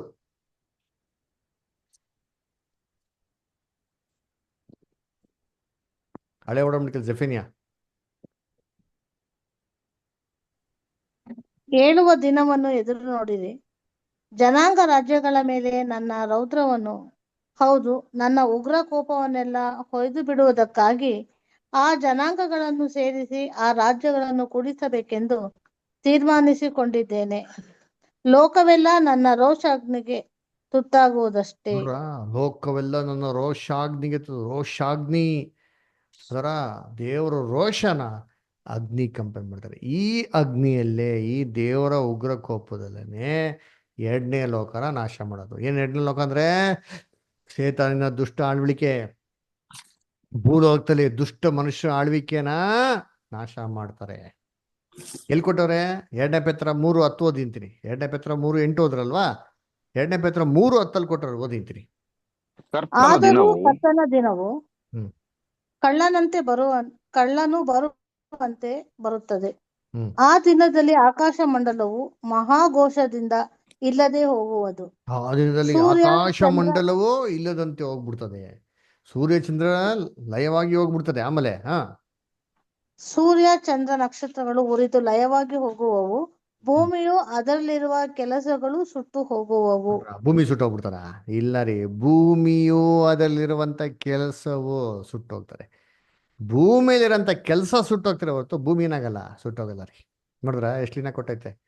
ಅದಕ್ಕೆ ಭೂಮಿ ಶಾಶ್ವತವಾಗಿರ್ತದೆ, ಈ ಗ್ರಹ ಶಾಶ್ವತವಾಗಿರ್ತದೆ. ಈ ಗ್ರಹ ಯಾವತ್ತೂ ನಾಶ ಆಗಲ್ಲ. ಆದ್ರೆ ಇದರಲ್ಲಿ ಹೊಸ ವ್ಯವಸ್ಥೆ ಬರ್ತದೆ. ಹಿಂಗೆ ಮೊದಲನೇ ಲೋಕದಲ್ಲಿ ನೋವಾ ಅದೇ ಗ್ರಹದಲ್ಲಿದ್ರು, ಮೊದಲನೇ ಲೋಕ ನಾಶ ಆಗೋಯ್ತು, ಆ ವ್ಯವಸ್ಥೆ ನಾಶ ಆಗೋಯ್ತು.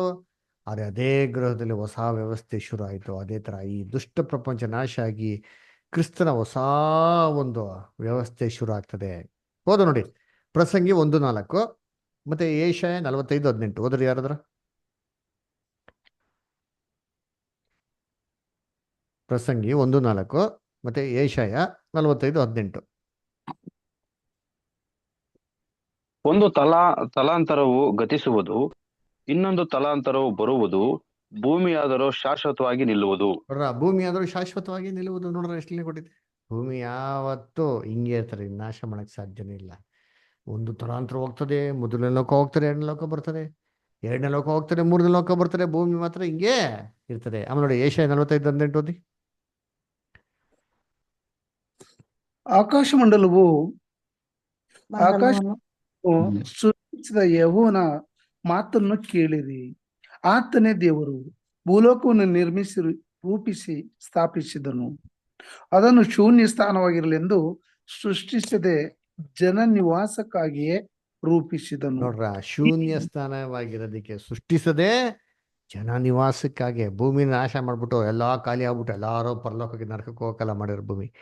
ಜನಗಳಿಲ್ಲೇ ವಾಸ ಮಾಡ್ಬೇಕು ಅನ್ನೋದೇ ಭೂಮಿ ಮಾಡಿರೋದ್ರೆ ಭೂಮಿನ ಯಾವತ್ತೂ ನಾಶ ಮಾಡಲ್ಲ. ಇದಾಗಿದ ನಂತರ ಮೂರನೇ ಲೋಕ ಪ್ರಾರಂಭ ಆಗ್ತದೆ. ನೋಡಿ, ಮೂರನೇ ಲೋಕದ ಬಗ್ಗೆ ಓದೋಣ. 2 ಪೇತ್ರ 3:13 ಓದ್ರಿ. 2 ಪೇತ್ರ 3:13 ವಿಲಾಸ್ ಪದರ ಓದ್ಬೋದಾ? 2 Peter 3:13. ಹಾ, ಎಸ್ ಪಾಸ್ಟರ್, ಎಸ್. ಓಕೆ, 2 ಪೇತ್ರ 3:13 ಅಲ್ವಾ? Correct brother. Okay pastor. ಆದರೆ ಆದರೆ ನಾವು ದೇವರ ವಾಗ್ದಾನವನ್ನು ನಂಬಿ ನೂತನ ಆಕಾಶ ಮಂಡಲವನ್ನು ನೂತನ ಭೂಮಂಡಲವನ್ನು ಎದುರು ನೋಡುತ್ತಾ ಇದ್ದೇವೆ, ಅವುಗಳಲ್ಲಿ ನೀತಿಯು ವಾಸವಾಗಿರುವುದು. ನೋಡ್ರ, ನಾವೇನೆಂದ್ರು ನೋಡ್ತಾ ಇದ್ರಿ? ನೂತನ ಆಕಾಶ ನೂತನ ಭೂಮಂಡಲ ನೋಡ್ತಾ ಇಲ್ಲಿ 3ನೇ ಲೋಕದಲ್ಲಿ. ಇದೇ 3ನೇ ಲೋಕ, ನೂತನ ಆಕಾಶ ನೂತನ ಭೂಮಂಡಲ, ಅದ್ರಲ್ಲಿ ಏನ್ ವಾಸವಾಗಿರ್ತಾರೆ? ನೀತಿ ವಾಸವಾಗಿರ್ತಾರೆ. ಯಾಕಂದ್ರೆ ಅದು ಕ್ರಿಸ್ತನ 1000 ವರ್ಷದ ಆಳ್ವಿಕೆ, ಸಮಾಧಾನದ ಪ್ರಭು ಅಲ್ವರ. ಏನ್ರಿ, ಭೂಲೋಕದ ಆಳ್ವಿಕೆ ಮಾಡ್ಬೇಕಾರೆ ಭೂಲೋಕದಲ್ಲಿ ಇರ್ತಾರೆ ಎಲ್ಲಾ ಕಡೆ ಸಮೃದ್ಧಿ, ಸಮಾಧಾನ, ಶಾಂತಿ ಇರ್ತಾರೆ. ಅವರ ಒಂದು ಭೂಮಿಯಲ್ಲಿ ಅದರ ನೂತನ ಭೂಮಿ, ನೂತನ ಆಕಾಶ. ನೂತನ ಆಕಾಶದಲ್ಲಿ ಸಭೆ ಮತ್ತೆ ಕ್ರಿಸ್ತನ ಆಳ್ವಿಕೆ ಮಾಡ್ತಾ ಇದ್ದಾರೆ. ನೂತನ ಭೂಮಂಡಲದಲ್ಲಿ ಎಲ್ಲಾ ಜನಗಳ ಮೇಲೆ ಪಿತೃಗಳು ಇರ್ತಾರೆ. ಆವಾಗ ಭೂಲೋಕದ ಸಮಾಧಾನ ರಾಜ್ಯವನ್ನು ಸ್ಥಾಪನೆ ಮಾಡ್ತಾರೆ. ಇದೇ 2ನೇ ಲೋಕ ಮತ್ತೆ 3ನೇ ಲೋಕದ ಪಾಠ. ಅರ್ಥ ಆಯ್ತಾ? ಅದರಿಂದ ದಯವಿಟ್ಟು ಕರ್ತನಲ್ಲಿ ಪ್ರೀತಿ ಸೊಗಳೆ ಯೂಟ್ಯೂಬ್ದು ರೆಕಾರ್ಡಿಂಗ್ ಕಳ್ಸ್ಕೊಡ್ತೀನಿ, ದಯವಿಟ್ಟು ಕೇಳಿ. ಯಾರಿಗೇನೋ ಡೌಟ್ಸು, ಏನೋ ಕ್ವಶನ್ಸ್ ಇದ್ರೆ ಧಾರಾಳ ಕೇಳ್ಬೋದು. ನಮ್ಮ ಯೂಟ್ಯೂಬ್ ಚಾನಲ್ಗೆ ದಯವಿಟ್ಟು ಸಬ್ಸ್ಕ್ರೈಬ್ ಮಾಡಿ. ಸಬ್ಸ್ಕ್ರೈಬ್ ಮಾಡೋದು ಮರೆಯಕ್ಕೆ ಹೋಗ್ಬೇಡಿ. ಓಕೆನಾ? ಸರಿ, ಯಾರಿಗೇನೋ ಪ್ರಶ್ನೆ ಇದೆಯಾ, ಏನೋ ಕೇಳ್ಬೇಕು ಅಂತಿದ್ಯಾ? ಕೇಳ್ಬೋದು. ಇದು ಈಗ ನಾವು ವಾಕ್ಯದಲ್ಲಿ ನೋಡ್ತೀವಿ, ಈಗ ಸತ್ತಂತ ಪ್ರತಿಯೊಬ್ರು 1000 ಜನ ಕ್ರಿಸ್ತನೊಂದಿಗೆ ಆಳ್ವಿಕೆ ಮಾಡ್ತಾರೆ. ಆದ್ರೆ ಇನ್ನು ಮತ್ತಿನ ವಾಕ್ಯದ ಕೆಳಗಡೆ ಇತ್ತು, ಮಿಕ್ಕ ಸತ್ತವರಿಗೆ ಆಳ್ವಿಕೆ ಇಲ್ಲ ಅಂತ ಹೇಳಿ. ಅದು ಹೇಗೆ ಫಸ್ಟ್ ಅಂದ್ರೆ ಸತ್ತಂತ ಪ್ರತಿಯೊಬ್ಬರಿಗೂ ರಕ್ಷಣೆ ಇದೆ ಅಲ್ವಾ, ಮತ್ತೆ ಅವ್ರಿಗೆ ಏನಕ್ಕಿಲ್ಲ ಅಂತ? ಓಕೆ, ಇವಾಗ ಪ್ರಕಟಣೆ 20ನೇ ಅಧ್ಯಾಯ 3ನೇ ವಾಕ್ಯ ಓದಿ. ಪ್ರಕಟಣೆ 23. ಹ್ಮ್. Okay pastor. ಸೈತಾನನು ಇನ್ನು ಜನಗಳನ್ನು ಮರಳುಗೊಳಿಸದ ಹಾಗೆ ದೇವದೂತನು ಅವನನ್ನು ಅಧೋಲೋಕದಲ್ಲಿ ದೊಬ್ಬಿ ಬಾಗಿಲು ಮುಚ್ಚಿ ಅದಕ್ಕೆ ಮುದ್ರೆ ಹಾಕಿದನು. ಏನಕ್ಕೆ 1000 ವರ್ಷ ಒಂದು ನಿಮಿಷ, ಜನಗಳನ್ನ ಏನಂತಾರೆ ಮರಳುಗೊಳಿಸಿ ಮರಳುಗೊಳಿಸದ ಹಾಗೆ ಅವನ್ನ ಅಧೋಲೋಕದಿಂದ ಬಿಟ್ಟು ಕಟ್ಟಾಕ್ಬಿಟ್ರು. ಕರೆಕ್ಟಾ? ಎಸ್. ಅವನ್ನ ಕಟ್ಟಾಕಿರೋ ಉದ್ದೇಶನೇ ಜನಗಳನ್ನ ಮರಳುಗೊಳಿಸ್ಬಾರ್ದು ಅಂತ. ಕರೆಕ್ಟಾ? ಓಕೆ. ಇವಾಗ ನೀವು 20ನೇ ಅಧ್ಯಾಯ 6ನೇ ವಾಕ್ಯದಲ್ಲಿ ಏನ್ ನೋಡಿದ್ರಿ? ಮಿಕ್ಕ ಸತ್ತವರು ಯಾವತ್ತೇನಾಗಿಲ್ಲ, ಎದ್ದೊಳ್ಳಿಲ್ಲ. ಅದೇ ಹೌದೌದು. ಇವಾಗ ಸತ್ತವರೇ ಎದ್ದೊಳ್ಳಿಲ್ಲ ಅಂದ್ರೆ ಆ ಜನಗಳನ್ನ ಮರಳುಗೊಳಿಸ್ಬಾರ್ದು ಅಂತ ಕಟಾಕದಲ್ಲಿ ಏನ್ ಅರ್ಥ ಐತೆ? ಕಟ್ಟಾಕ್ತಾರೆ, ಜನಗಳನ್ನ ಮರಳುಗೊಳಿಸ್ತಾರೆ ಅಂದ್ರೆ ಅರ್ಥ ಏನೋ? ಜನಗಳು ಇರ್ಬೇಕಲ್ಲಿ. ಯಾವ ಜನಗಳಿರ್ಬೇಕು? ಹೊಸ ಜನಗಳಲ್ಲ. ಇಷ್ಟು ದಿನ ಯಾರ್ಯಾರಿಗೆ ಮರಳುಗೊಳಿಸ್ತಾ ಇದ್ದೋ ಅದೇ ಜನಗಳಲ್ಲಿ ಇರ್ಬೇಕು ಅಂತ ಅರ್ಥ. ಹಂಗಾರೆ ಅದೇ ಜನಗಳು ಏನಾಗ್ತಾರೆ? ವಾಪಸ್ಸು ಪುನರ್ತನಾಗಿ ಬರ್ತಾರೆ ಅಂತ ಅರ್ಥ. ಓಕೆಂದ್ರ? ಹಂಗಾರೆ ಈ ಜನಗಳು ಅಲ್ಲಿರ್ತಾರೆ. ಮತ್ತೆ ಇಲ್ಲಿ ಯಾಕೆ ಹೇಳ್ಬಿಟ್ರು ಮಿಕ್ಕ ಸತ್ತವರು ಪುನರ್ತನಾಗಿ ಬರಲ್ಲ ಅಂತ? ಯಾಕೆ ಅಂತಂದ್ರೆ ಇದು ಏನ್ರಿ ಆಡ್ ಮಾಡಿರಂತ ವಾರ್ತೆ. ಆ ಲಾಸ್ಟ್ ಮಿಕ್ಕ ಸತ್ತವರು ಎದ್ ಬರಲಿಲ್ಲ ಅಂತ ಅದರ ಇದನ್ನ ಸತ್ಯವೇದದಲ್ಲಿ ಜೋಡಣೆ ಆಗಿರೋಂಥ ವಾರ್ತೆ. ಹೇಗೆ ಹೇಗೆ ಅಂತ ನನಗೆ ಸ್ವಲ್ಪ ದಿನದಲ್ಲಿ ಪ್ರೂವ್ ಮಾಡ್ತೀನಿ. ಇನ್ನೊಂದು 4 ಕ್ಲಾಸ್ ಆದ್ರೆ ಅದಕ್ಕೆ ಅಂತ ಒಂದು ಕ್ಲಾಸ್ ಇದೆ. ಆ ಕ್ಲಾಸಲ್ಲಿ ಯಾವ ವಾಕ್ಯನ ಆ್ಯಡ್ ಮಾಡಿದ್ದಾರೆ ಬೈಬಲಲ್ಲಿ, ಯಾವ ವಾಕ್ಯಗಳಿಲ್ಲ, ಯಾವ ವಾಕ್ಯ ಇದೆ, ಎಲ್ಲ ಆ್ಯಡ್ ಮಾಡಿ ಅಂತ ನಿಮ್ಗೆಲ್ಲ ಡೀಟೇಲ್ಸ್ ಕೊಟ್ಟ ಆವಾಗ ನಿಮ್ಗೆ ಅರ್ಥ ಆಗ್ತದೆ. ಓಕೆನಾ? ನೋಡಿ, ಯಾವಾಗೋ ವೆರಿ ಗುಡ್ ಕ್ವಶನ್, ಸೂಪರ್. ನೋಡಿ, ಯಾವಾಗೋ ವಾಕ್ಯಕ್ಕೆ ಉತ್ತರನೇ ಅಂದ್ರ ಪ್ರಶ್ನೆ ವಾಕ್ಯದಲ್ಲಿರ್ಬೇಕು, ಉತ್ತರ ಕೂಡ ಏನಾಗಿರ್ಬೇಕು? ವಾಕ್ಯ ಇರಬೇಕು. Bible dictionary. ಇವಾಗ ಅದರಲ್ಲೇ 6ನೇ ವಾಕ್ಯ ಹೋದ್ರಿ, ಪ್ರಕಟಣೆ 20:6. ಓಕೆ. ಸೊ ಪ್ರಥಮ ಪುನರುತ್ಥಾನದಲ್ಲಿ ಸೇರಿರುವವನು ಧನ್ಯನು, ಪರಿಶುದ್ಧನು ಆಗಿದ್ದಾನೆ.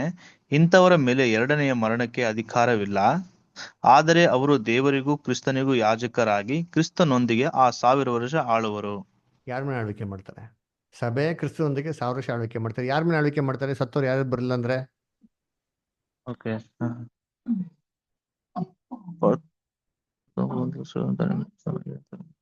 ಆದ್ರೆ ಇವ್ರಿಗೆ 2ನೇ ಮರಣಕ್ಕೆ ಅಧಿಕಾರ ಇಲ್ಲ ಫಸ್ಟ್. ಆಗಿದ್ರೆ ಪ್ರಥಮ ಪುನರುತ್ಥಾನದಲ್ಲಿ ಸೇರಿರೋರ್ನ.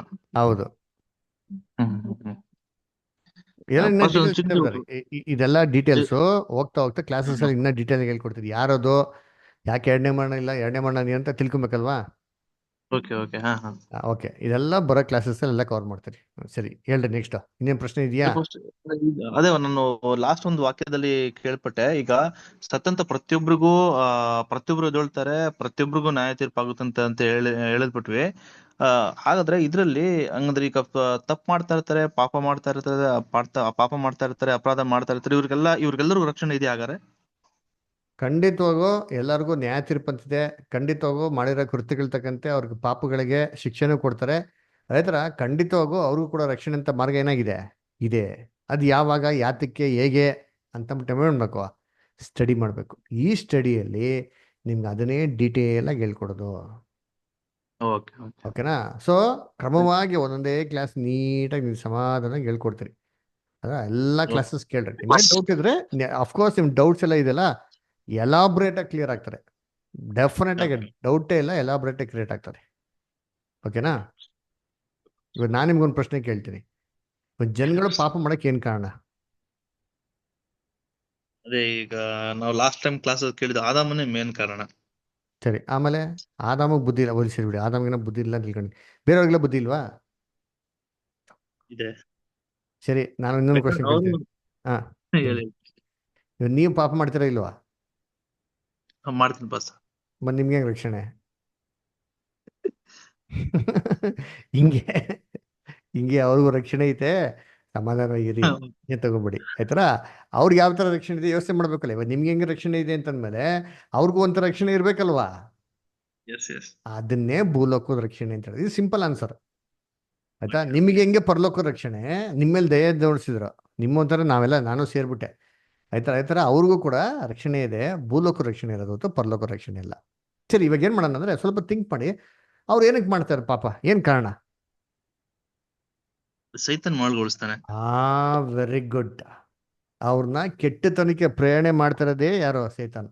ಇವಾಗ ಎಕ್ಸಾಂಪಲ್, ನಮ್ಮನ್ನು ಕೂಡ ಕೆಟ್ಟತನಕ್ಕೆ ಪ್ರೇರಣೆ ಮಾಡೋದು ಯಾರೋ? ಸೈತನ್.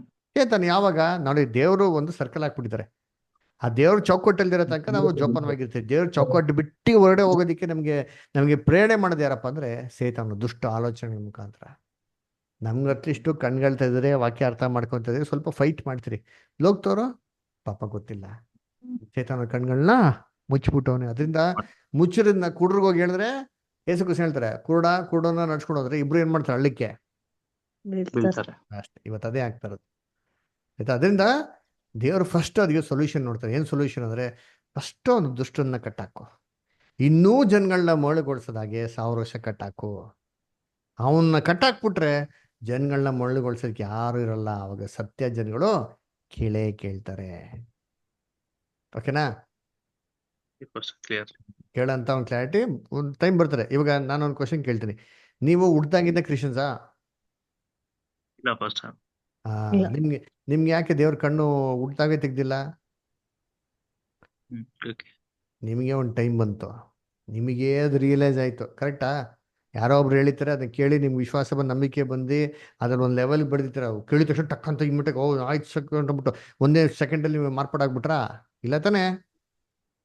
It was A slow process. Correct ಅಲ್ವಾ? ಅದೇ ಥರ ಲೋಕ ಜನಗಳಿಗೆ ಟೈಮ್ ಬೇಕು. ಆ ಟೈಮ್ ಇದೆ. ಪ್ರಸಂಗ ಹೇಳ್ತಾರೆ, ಎಲ್ಲದಕ್ಕೂ ಒಂದು ಸಮಯ ಇದೆ. ಆ ಸಮಯ ಕ್ರಿಸ್ತನ ಎರಡನೇ ಬರುವಿಕೆ.